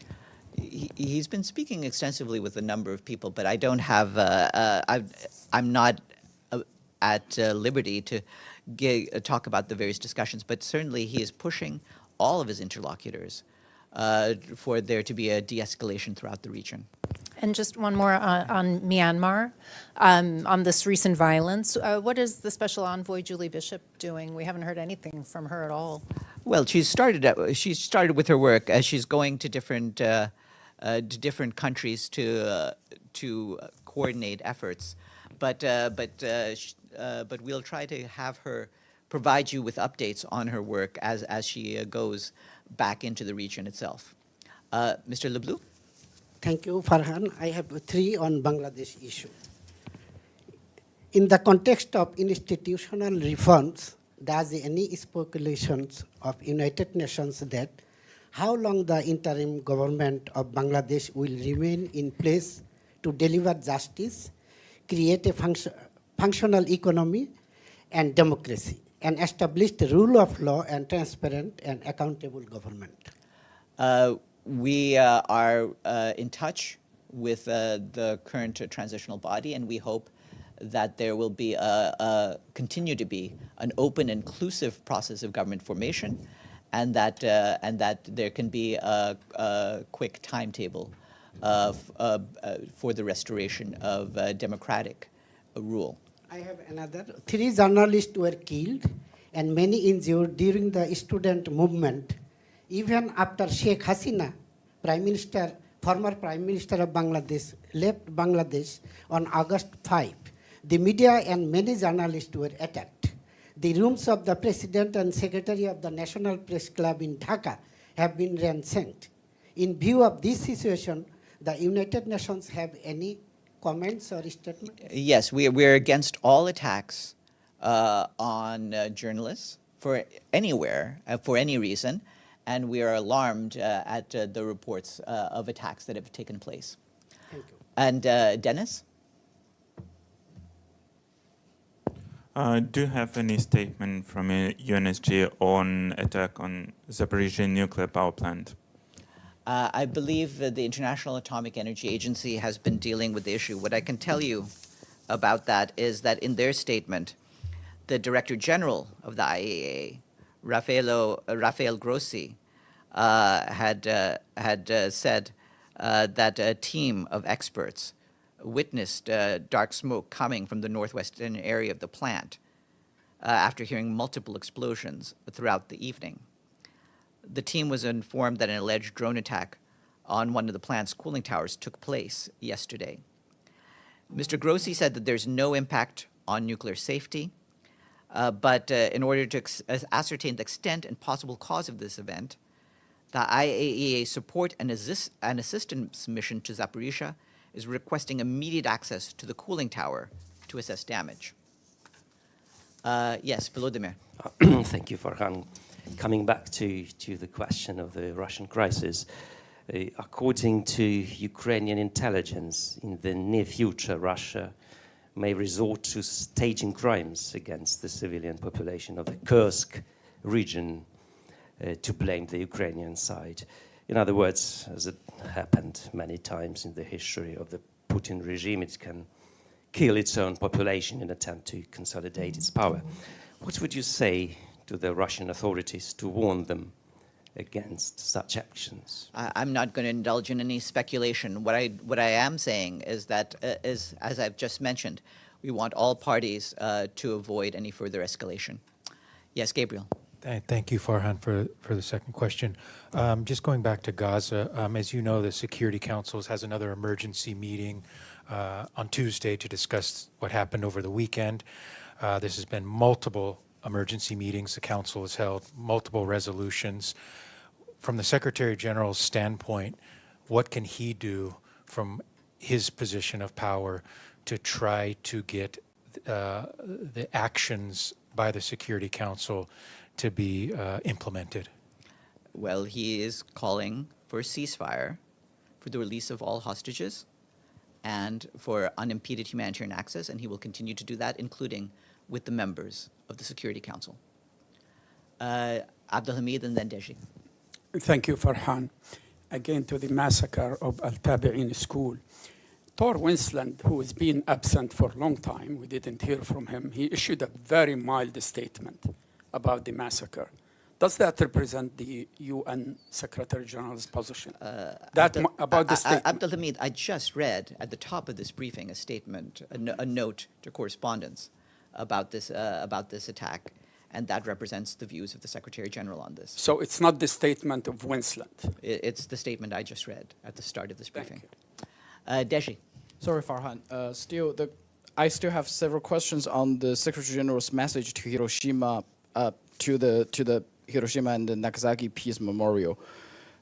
The UN is proud to stand with the people and to keep alive the memories of what happened and the lessons humanity must learn. Can you tell us what exactly happened in Hiroshima and Nagasaki and what lesson we have learned? You know what happened there. The nuclear weapons were dropped on Hiroshima and Nagasaki. Then what lessons? And the lessons, we've had many, many statements on this, and I would refer you to what we've been saying over the years. Which is? This is all ultimately about the dangers and the destructive property of nuclear weapons. One of the things that has to happen is we want to see a world that is ultimately denuclearized, but at least one in which nuclear powers are under constraints so that nuclear weapons will never be used again.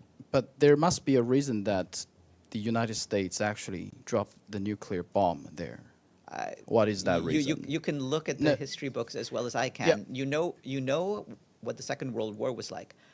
The Second World War, as you know, precedes the founding of the United Nations, so I'm not going to go into a whole exegesis about what World War II was about. I know that there have been debates about whether or not the use of nuclear weapons hastened the end of the war or did not hasten the end of the war. What is incontrovertibly true is it caused a huge amount of death, of destruction, and of damaged lives, including the lives of the Hibakusha, who had to live with the consequences of nuclear war for their entire lives. According to Britannica, according to some estimates, no. China suffered for... No, Deji, let me cut you off right there.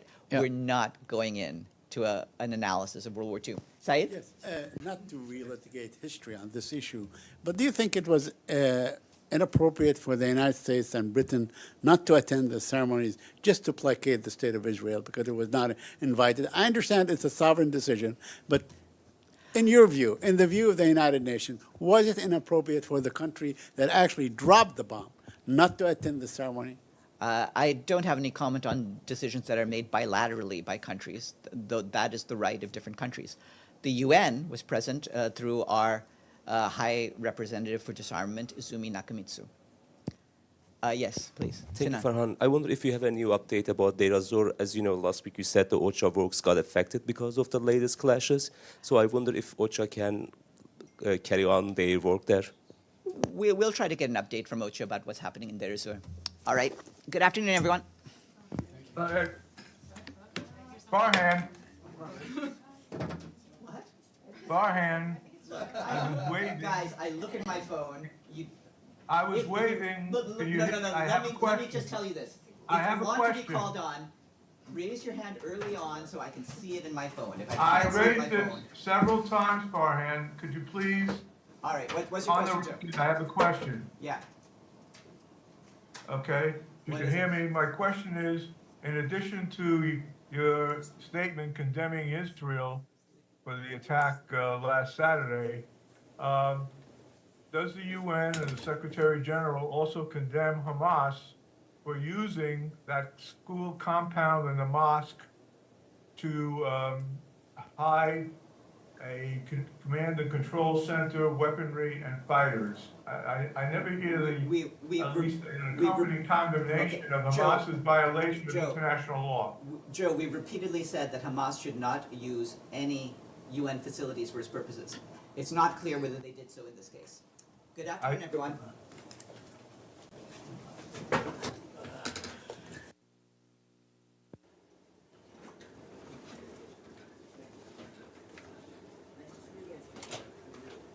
I like seeing you in DC as well. The Africa we want. In recent decades, African countries have helped to craft effective responses to the threats to and breaches of international peace and security. Particularly noteworthy are the African continent's work following decisions of the Peace and Security Council of the AU related to the position of the A3 on the UN Security Council.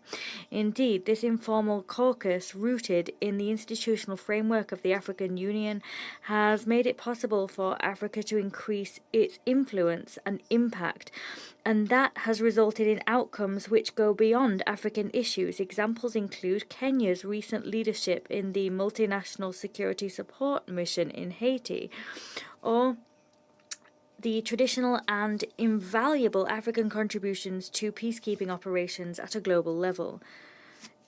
Ecuador is convinced that Africa has the right to participate on an equal footing in the architecture of global governance. Ensuring they can do that involves reforming not only this Security Council, but also the institutions of the international financial architecture which emerged from Bretton Woods. We must bear in mind that the multilateral system was designed in the 1940s, when the majority of Africa was still under colonial rule.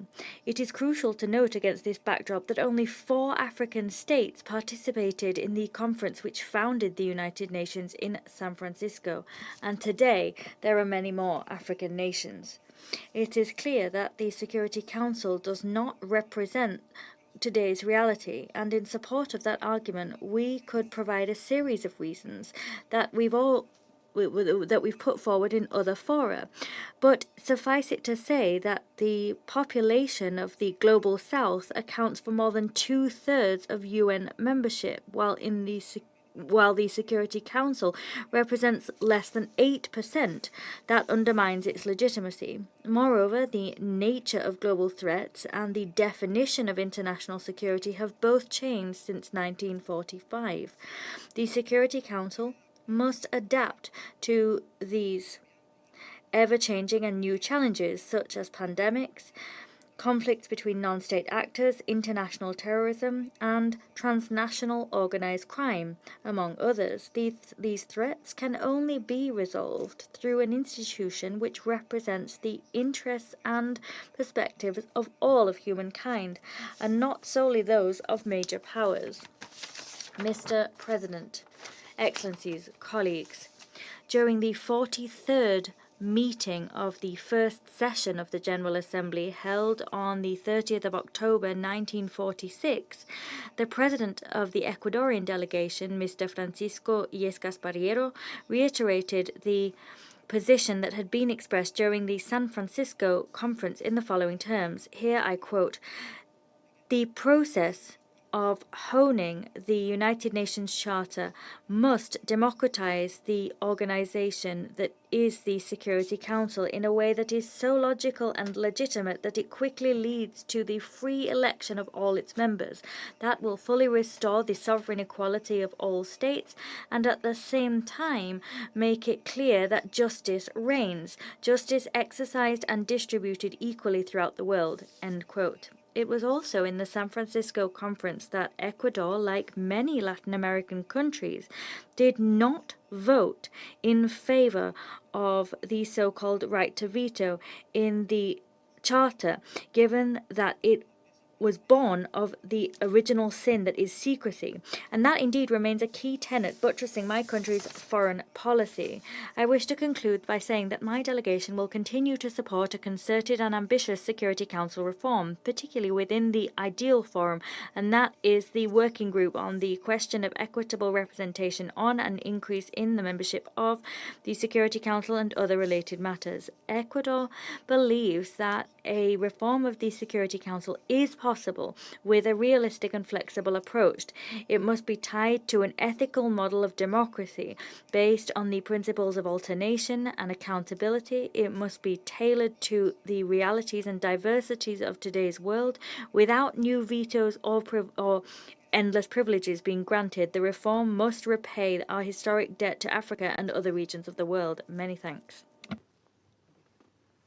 Thank you, the representative of Ecuador. Now, for that statement, I give the floor to the representative of Guyana. Your Excellency, President Julius Maada Bio, please accept my delegation's appreciation for convening this debate on a subject of long-standing concern to Guyana. I also thank Secretary General Antonio Guterres and President of the General Assembly, Dennis Francis, and Ms. Setembele Mbete for insightful perspectives. Mr. President, the matter of Africa's underrepresentation on the Security Council and addressing the historical injustice continue to feature prominently in discussions concerning the reform of the organ. Guyana therefore sees this as a historic moment today, and thank you for extending that debate to this table in the Council itself. As members of the Council, we are uniquely positioned to proffer perspectives on this subject, since we are intimately acquainted with the impacts of Africa's underrepresentation on the Council. In this regard, I take this opportunity to reaffirm Guyana's support for the Common African Position, as expressed in the Eswatini Consensus and CERT Declaration. We support expansion of Africa's representation in the non-permanent category of membership and Africa's aspiration to permanent membership as part of a broader reform of the Security Council that also addresses the deficit in permanent membership from other regions, including my own, Latin America, and the Caribbean region. Indeed, Mr. President, the role and power of the Security Council and its current membership is perhaps the greatest of all international paradoxes in a rules-based system. On the one hand, the Council is the only UN organ whose decisions and resolutions are binding on all UN member states. On the other hand, it is the most unrepresentative and undemocratic, unfit for purpose in this century. Against this backdrop, Mr. President, allow me to put forward a few points for reflection. First, Guyana's engagement on the Council over the last several months has reinforced to us the primacy of politics in decision-making, sometimes trumping principle on extremely critical issues. We must consider how this affects the interests of affected countries, particularly those in the throes of conflict and war. Underrepresented regions, such as Africa, from which a comparatively higher number of items feature on the Council's agenda, are therefore at a disadvantage, since this translates to underrepresentation in decision-making on matters that are of direct interest to the region. Even in instances where the strength of Africa's advocacy is enhanced through a coordinated approach in mechanisms such as the A3+, this can easily be countered by the use of the veto in a manner that is contrary to the interests of the country or region concerned. This takes me to my second point, which concerns the use of the veto. In discussions on the reform of the Security Council, some advocate for expanded permanent membership but without the veto privilege. Guyana does not support this proposition, since it advocates the creation of hierarchies of members in the permanent category. Moreover, it will perpetuate the injustice which is the subject of our discussion today by restricting the prerogatives of new permanent members, including from Africa. While we firmly support the abolition of the veto itself, Guyana contends that as long as it continues to exist, all new permanent members should have the prerogative of its use. To do otherwise would also perpetuate the existing imbalance on the Council, the one we are trying to fix. Notwithstanding, the use of the veto has to be curtailed. It should never be used to paralyze the Council in cases of mass atrocities such as genocide, war crime, and crimes against humanity, when the expectation of Council action is great, given its primary responsibility for the maintenance of international peace and security. We have extant examples of how effective Council action is stymied when civilians are in extreme circumstances and desperately need Council's intervention to survive. My third point is therefore about the privilege of power inherent in permanent membership. This privilege does not exist in silos, but comes with attendant responsibility. The Charter clearly provides that the Council acts on behalf of all members of the United Nations when carrying out its duties for the maintenance of international peace and security. It is therefore a legitimate expectation, indeed a responsibility of this Council, that the Council would be attendant to the interests of the wider membership on peace and security issues, especially when there is broad consensus for the Council to take decisions of a particular nature on specific issues. I cite, for example, Mr. President, the case of the decades-long Israeli-Palestinian conflict. The Council's relevance risks erosion when the privilege of power is weaponized against the very people it is intended to defend and protect. The Council's relevance is also at risk when the privilege of power restricts enforcement of decisions. For this reason, justified accusations of impotence continue to be leveled at this Council. Those countries with this privilege and those that aspire to permanent membership with all its prerogatives must be seized of this perspective and commit to not weaponizing the privilege of power to pursue narrow self-interests, including in situations where the principle of the responsibility to protect must guide Council action. My fourth and final point, Mr. President, concerns accountability.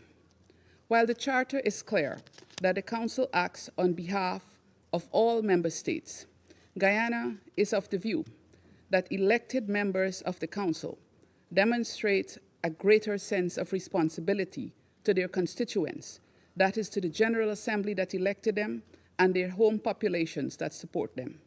This sense of responsibility is often the driving force behind actions by elected members, including greater involvement by non-Council members in the work of the Council.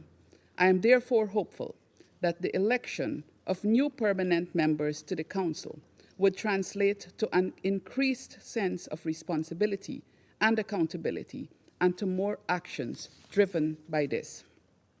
Mr. President, as with most difficult questions on the UN's agenda, the requisite political will can facilitate an early and long overdue reform of the Council needed to bring it in line with the current composition of the UN membership, making it better fit for purpose. We must muster the political will now, or face the UN's only lawmaking body, losing both its credibility and legitimacy, and risking greater global instability. Addressing the historical injustice against Africa is central in this regard. I thank you.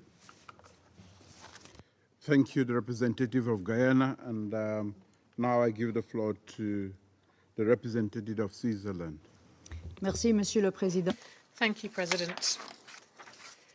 Allow me, first of all, to say how honored we are to be able to speak on behalf of a country that's relatively small, a recent member of the Council, first mandate at the Council that we have, but also a rich history of cooperation with over 4 decades with African countries whose about the history and representative of the Council. Thank you for this humbling opportunity. I would also like to thank our Secretary General, who not only in his statement today, but in his new Agenda for Peace, makes a clear plea for reform of this Council, and the President of the General Assembly and Dr. Mabete for their enlightening interventions too. Indeed, when 50 countries met in San Francisco in the spring of 1945 to negotiate our charter, there were only 4 African countries, as we've heard, among them. And yet, Liberia's head of delegation, Clarence Lorenzo Simpson, said something that remains important for countries like mine to this day, and I quote, "Means to wage war, the dreams and hopes of small nations are only of world peace, the security of their rights and independence." As for Simpson's third dream and hope, independence, the Charter includes articles on self-determination in chapters 11, 12 and 13, and the United Nations has been able to accompany many African countries on their road towards independence. Today, not only are there 54 African members of the United Nations, but the richness and diversity of their contributions is omnipresent and indispensable to the UN. From contingents of peacekeepers to unique examples of conflict prevention and resolution, often at the local level, to innovative ways of increasing sustainability. Ms. Betty mentioned this herself. 40% of the world's young people will be living in the African continent by 2050. Young Africans will therefore play a key role in shaping the world's future.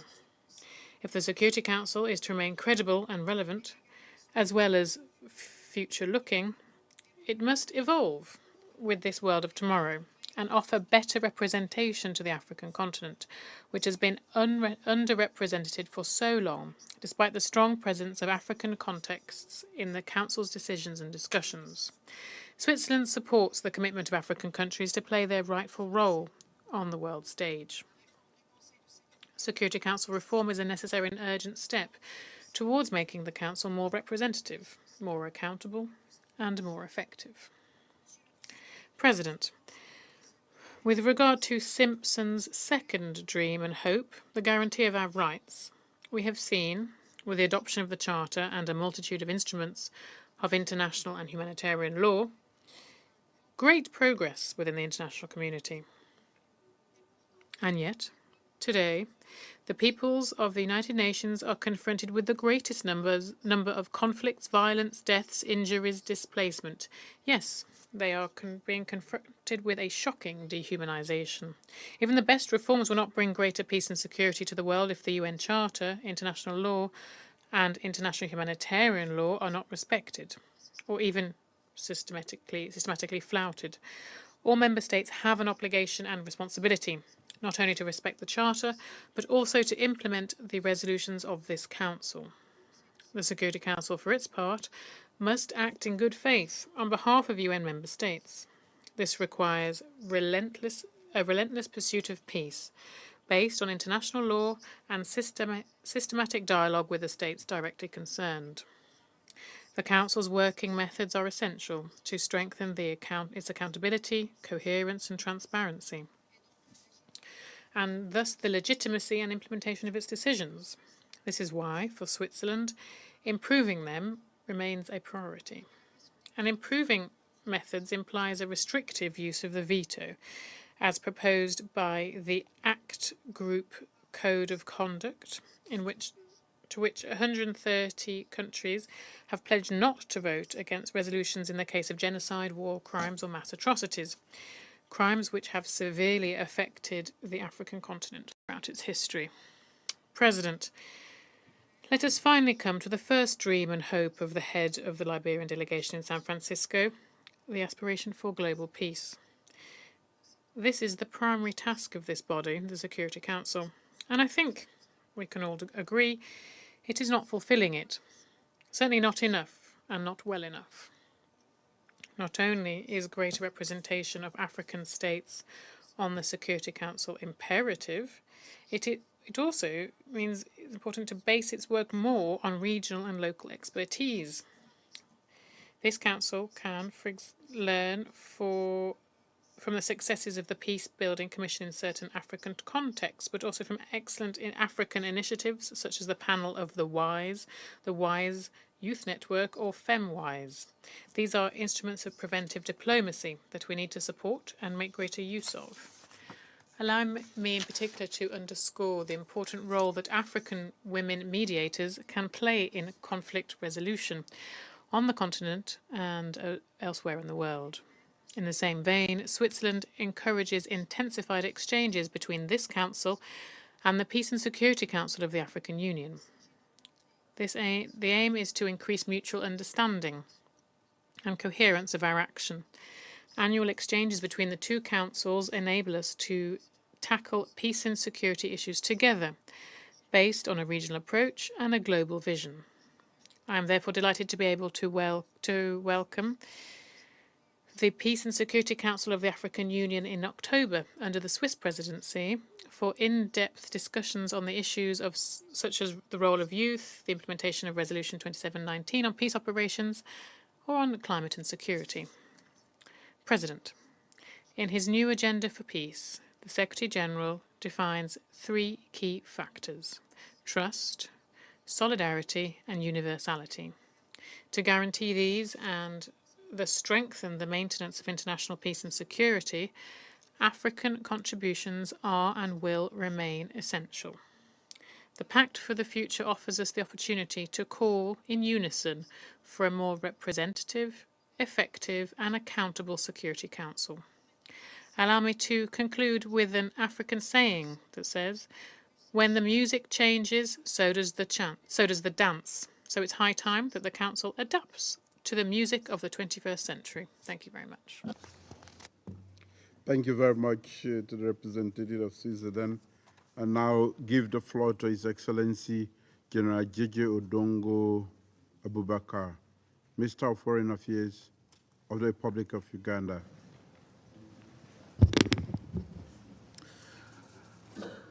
Mr. President of the UN Security Council, members of the United Nations Security Council, Your Excellencies, distinguished delegates. On behalf of the government of the Republic of Uganda, I wish to take this opportunity to congratulate Your Excellency Dr. Julius Maada Bio, President of the Republic of Sierra Leone, for assuming the presidency of the United Security Council for the month of August 2024. Let me also take this opportunity to thank you, Your Excellency, for inviting my President, His Excellency President Yoweri Kaguta Museveni, the President of the Republic of Uganda, who due to other state engagements could not be able to participate in this important debate on maintenance of international peace and security, addressing the historical injustice, and enhancing Africa's effective representation in the United Nations Security Council. I also thank the entire A3 on the Security Council and the leadership of the government of Sierra Leone for ably steering over the years the African Committee of the 10 heads of state and the strong commitment to advancing the common African position on the UN Security Council reform. Mr. President, history is clear that for centuries, even before the start of the Second World War and before the founding of the UN in 1947, Africa has been relatively a significant actor of international affairs. Africa is known for having been the cradle of civilization and also the cradle of life millions of years ago. During the colonial times, the continent of Africa fed the Industrial Revolution in Europe with resources, raw materials, and human labor, which propelled the development of the North and laid the foundation for the modern world that we see today.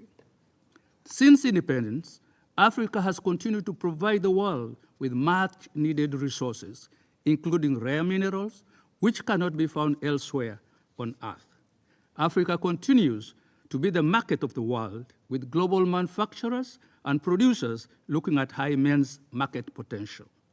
Today, Africa is a leading contributor to the United Nations peacekeeping operations, thereby playing a very crucial role in the promotion of international peace and security.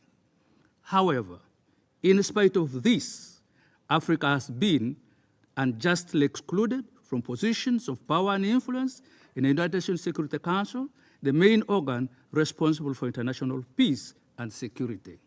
Yet Africa dominates the agenda of the Security Council with an inordinate number of conflicts. To date, Africa has continued to be treated unfairly and unequally in the multilateral space. Africa continues to suffer unfairness in international trade and financial architecture, unfairness in climate change issues, in spite of the fact that it meets the least greenhouse gases, but suffers the greatest consequences. Africa continues to suffer denial of opportunities due to unfair immigration policies and gets less value for our resources due to unfair exploitation by the international capitalists. Amid all these injustices, historic and current, Africa does not have a platform in which her voice can authoritatively be heard and listened to as an equal partner and an important global contributor. A stronger presence at the Security Council would offer Africa that much-needed platform for engagement with the international community as an equal and significant partner. The walls of this hall have heard this call from Africa for a long time. It is high time this call is responded to through the reforms of the Security Council. Therefore, Africa reiterates its call for full reform of the Security Council to address the historical injustice and the urgent imperative to rectify it by making Africa represented in both the permanent and non-permanent categories. Africa is ready to work relentlessly with peace-loving nations to build inclusive, just, democratic, free systems that align with the multipolar world on equal terms. Mr. President, the African Union Committee of 10, under the leadership of Sierra Leone, has been pursuing the mandate to promote, advocate, and canvass for support of the common African position on the reform of the UN Security Council as stipulated in the Zuluini Consensus and the Sirte Declaration. This position of Africa is that Africa demands for 2 permanent seats and 2 additional non-permanent seats on the Security Council.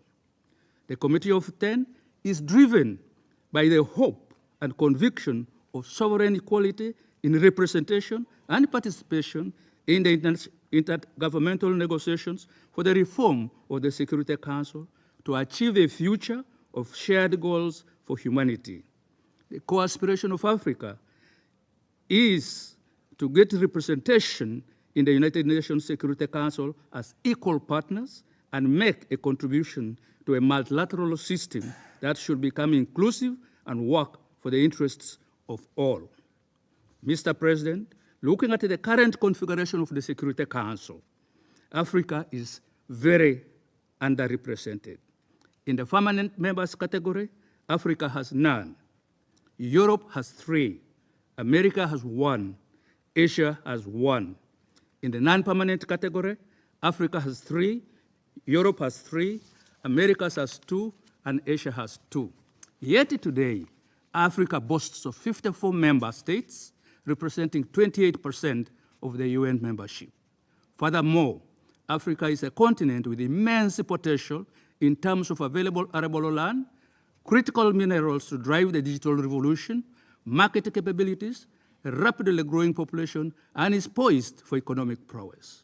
Therefore, Africa indeed must be enabled to make its contribution to the world, and therefore should be granted its rightful place in the global institutions, including this Council.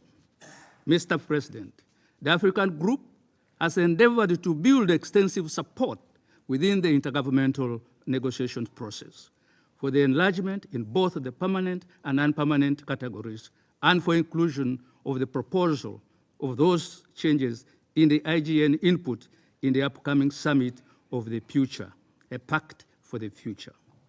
Today, at this high-level debate, we have the opportunity to bring this matter to the Council, fully aware of Africa's growing role in peacekeeping, conflict resolution, and contribution to global security. Africa supports the IGN process for the Security Council reform. We, however, note with concern that the process is not moving forward at a desirable pace. It is taking too long to conclude with the multiplicity of diverse interests. It is in the interest of the international community that the process of Security Council reforms is taken to its full conclusion. Uganda supports the comprehensive reform of the Security Council without any further delay to address this long-standing injustice and imbalance. A just and balanced Security Council will play a very important role in the maintenance of international peace and stability. International peace and security is better served when all stakeholders are able to participate. For this to happen, the current arrangement is insufficient and begs the question of equitable representation and increase in the membership of the Security Council. The reformed Council with equitable representation will enable the Council's legitimacy, effectiveness, and credibility to be improved. I therefore wish to implore the members of the Security Council to take an interest and a closer look at the historical justice that Africa has been subjected to. In the same measure, I urge the Council to recognize the contribution that Africa has made and continues to make towards international peace and security, as well as towards the prosperity of humanity. I invite the members of the Security Council to take this opportunity to act in unison and enable a meaningful reform of the Council, an act that enables a reform that we have been engaged in negotiating for several decades. As I conclude, I would like to reiterate Uganda's support for the common African position and add my country's voice once again to demand for Africa's representation on this council. I thank you, Your Excellency. I thank you, colleagues, for the attention. Thank you, Your Excellency, General Abubakar, for that statement. And I'll give the floor to His Excellency, Mr. Peya Mushelenga, Minister of International Relations and Cooperation of the Republic of Namibia. Mr. President, in convening today's meeting, Sierra Leone has demonstrated the zeal to remove the thorn that for many decades has inflicted pain in Africa's flesh, a pain underpinned by exclusion, disregard, and marginalization. My delegation commends your wisdom to drive the transformation of global institutions in the right direction. Namibia appreciates the instrumental role played by the government of Sierra Leone and specifically by Your Excellency as a coordinator of the African Union Committee of 10 in bringing this discussion to the Council and reminding the Council of this opportune moment to chart a path that will strengthen its ability for enhanced capacity to effectively deliver on its mandate of maintaining international peace and security. Namibian leaders, including my mentor, the illustrious Theoben Gorirab, who served as the 54th President of the General Assembly, have for long been advocating for the reform of this instrumental organ of the UN to be more representative, inclusive, and reflective of the world it serves. It is on their shoulders that I stand today to continue advancing our conviction that the time to adjust the composition of the Council to be fit for present-day realities is long overdue. Namibia has first-hand experience of the inadequacies of this Council when my country had to battle for years for equal and just consideration of our plight against the vagaries of apartheid, colonialism, and injustice. However, in the end, the Council came to recognize and support our struggle for freedom and independence. Thus, we can today hold the strong belief in the invaluable role this Council can and must play in the promotion of international peace and security. Mr. President, This debate takes place at a time when Africa continues to unambiguously assert that it cannot continue to stand as a passive spectator in the global political field. Imagine the whole continent relegated to the periphery of decision-making and emasculated by disproportionate geopolitical power distribution. By maintaining the status quo, democratic global governance remains elusive and contradicts the most fundamental principles upon which the United Nations is founded. This is undesirable and impedes on our efforts to find a solution that garners the widest possible political acceptance by member states, taking into consideration the 5 clusters of reform.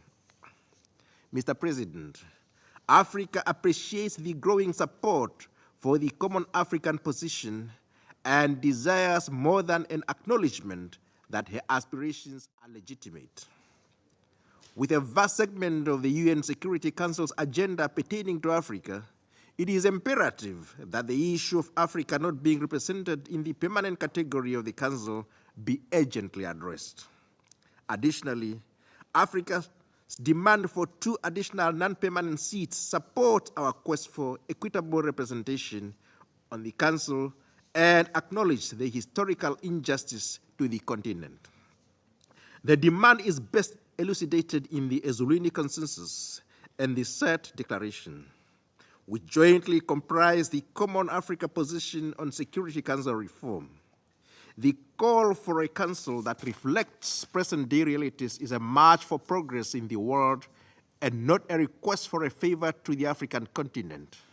Oh yes, ours is a voice of reasoning signifying a legitimate plea for justice and advocacy for equality.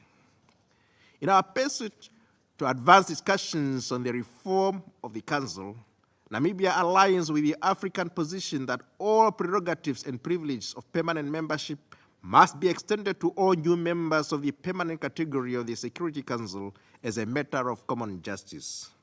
Africa will continue to advocate for the reform of the United Nations and other international institutions, particularly the Security Council, to correct the historical injustice done to a great continent. We cannot keep postponing the fulfillment of the desires of our people who seek to be seen and heard.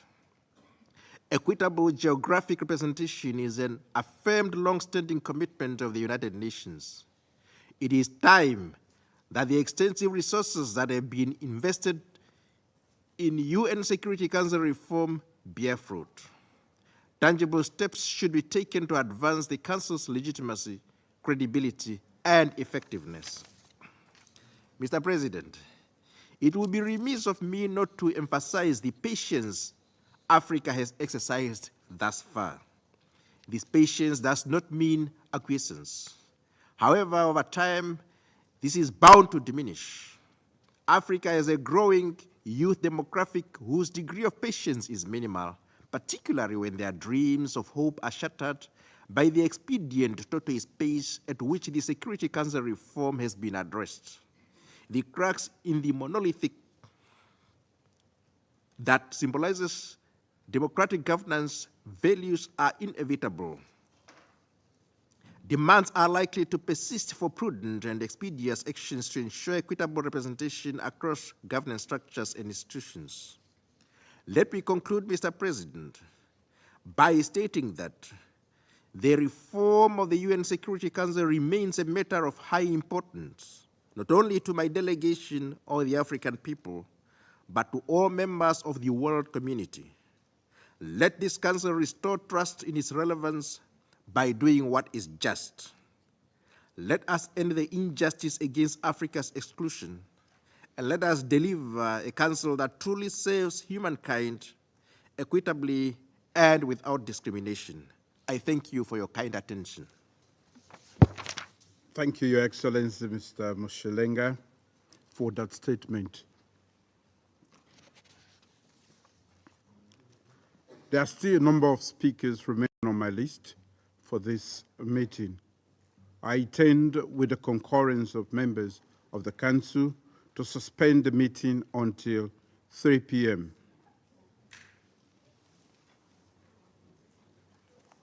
This meeting is suspended.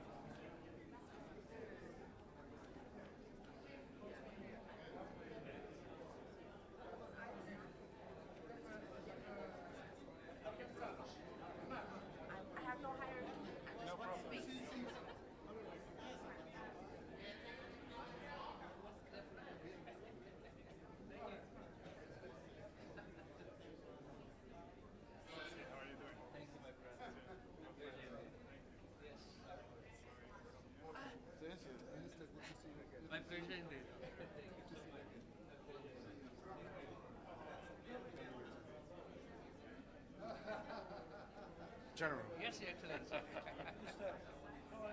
well, Secretary. Yes, good to see you. That's my brother. Your host in yes, very welcome. No problem, we are waiting in the best. Okay, just come with the appointment is been made. But for us, we are waiting. For you, yes. So you will with the appointment. We'll take action. Yes, we have to accelerate the process. Okay, all right. Okay, okay. We have our Yes, yes, good.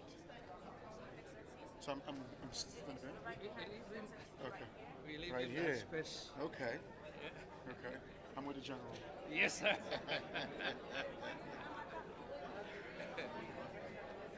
I'm happy to meet with you again. Thank you so much.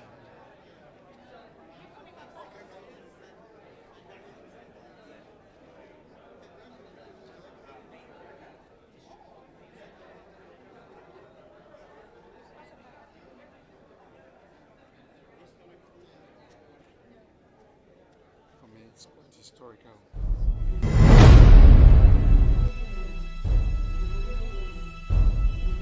You are watching Liberty Online TV. This is Liberty Online TV powered by Orange Sierra Leone. Orange.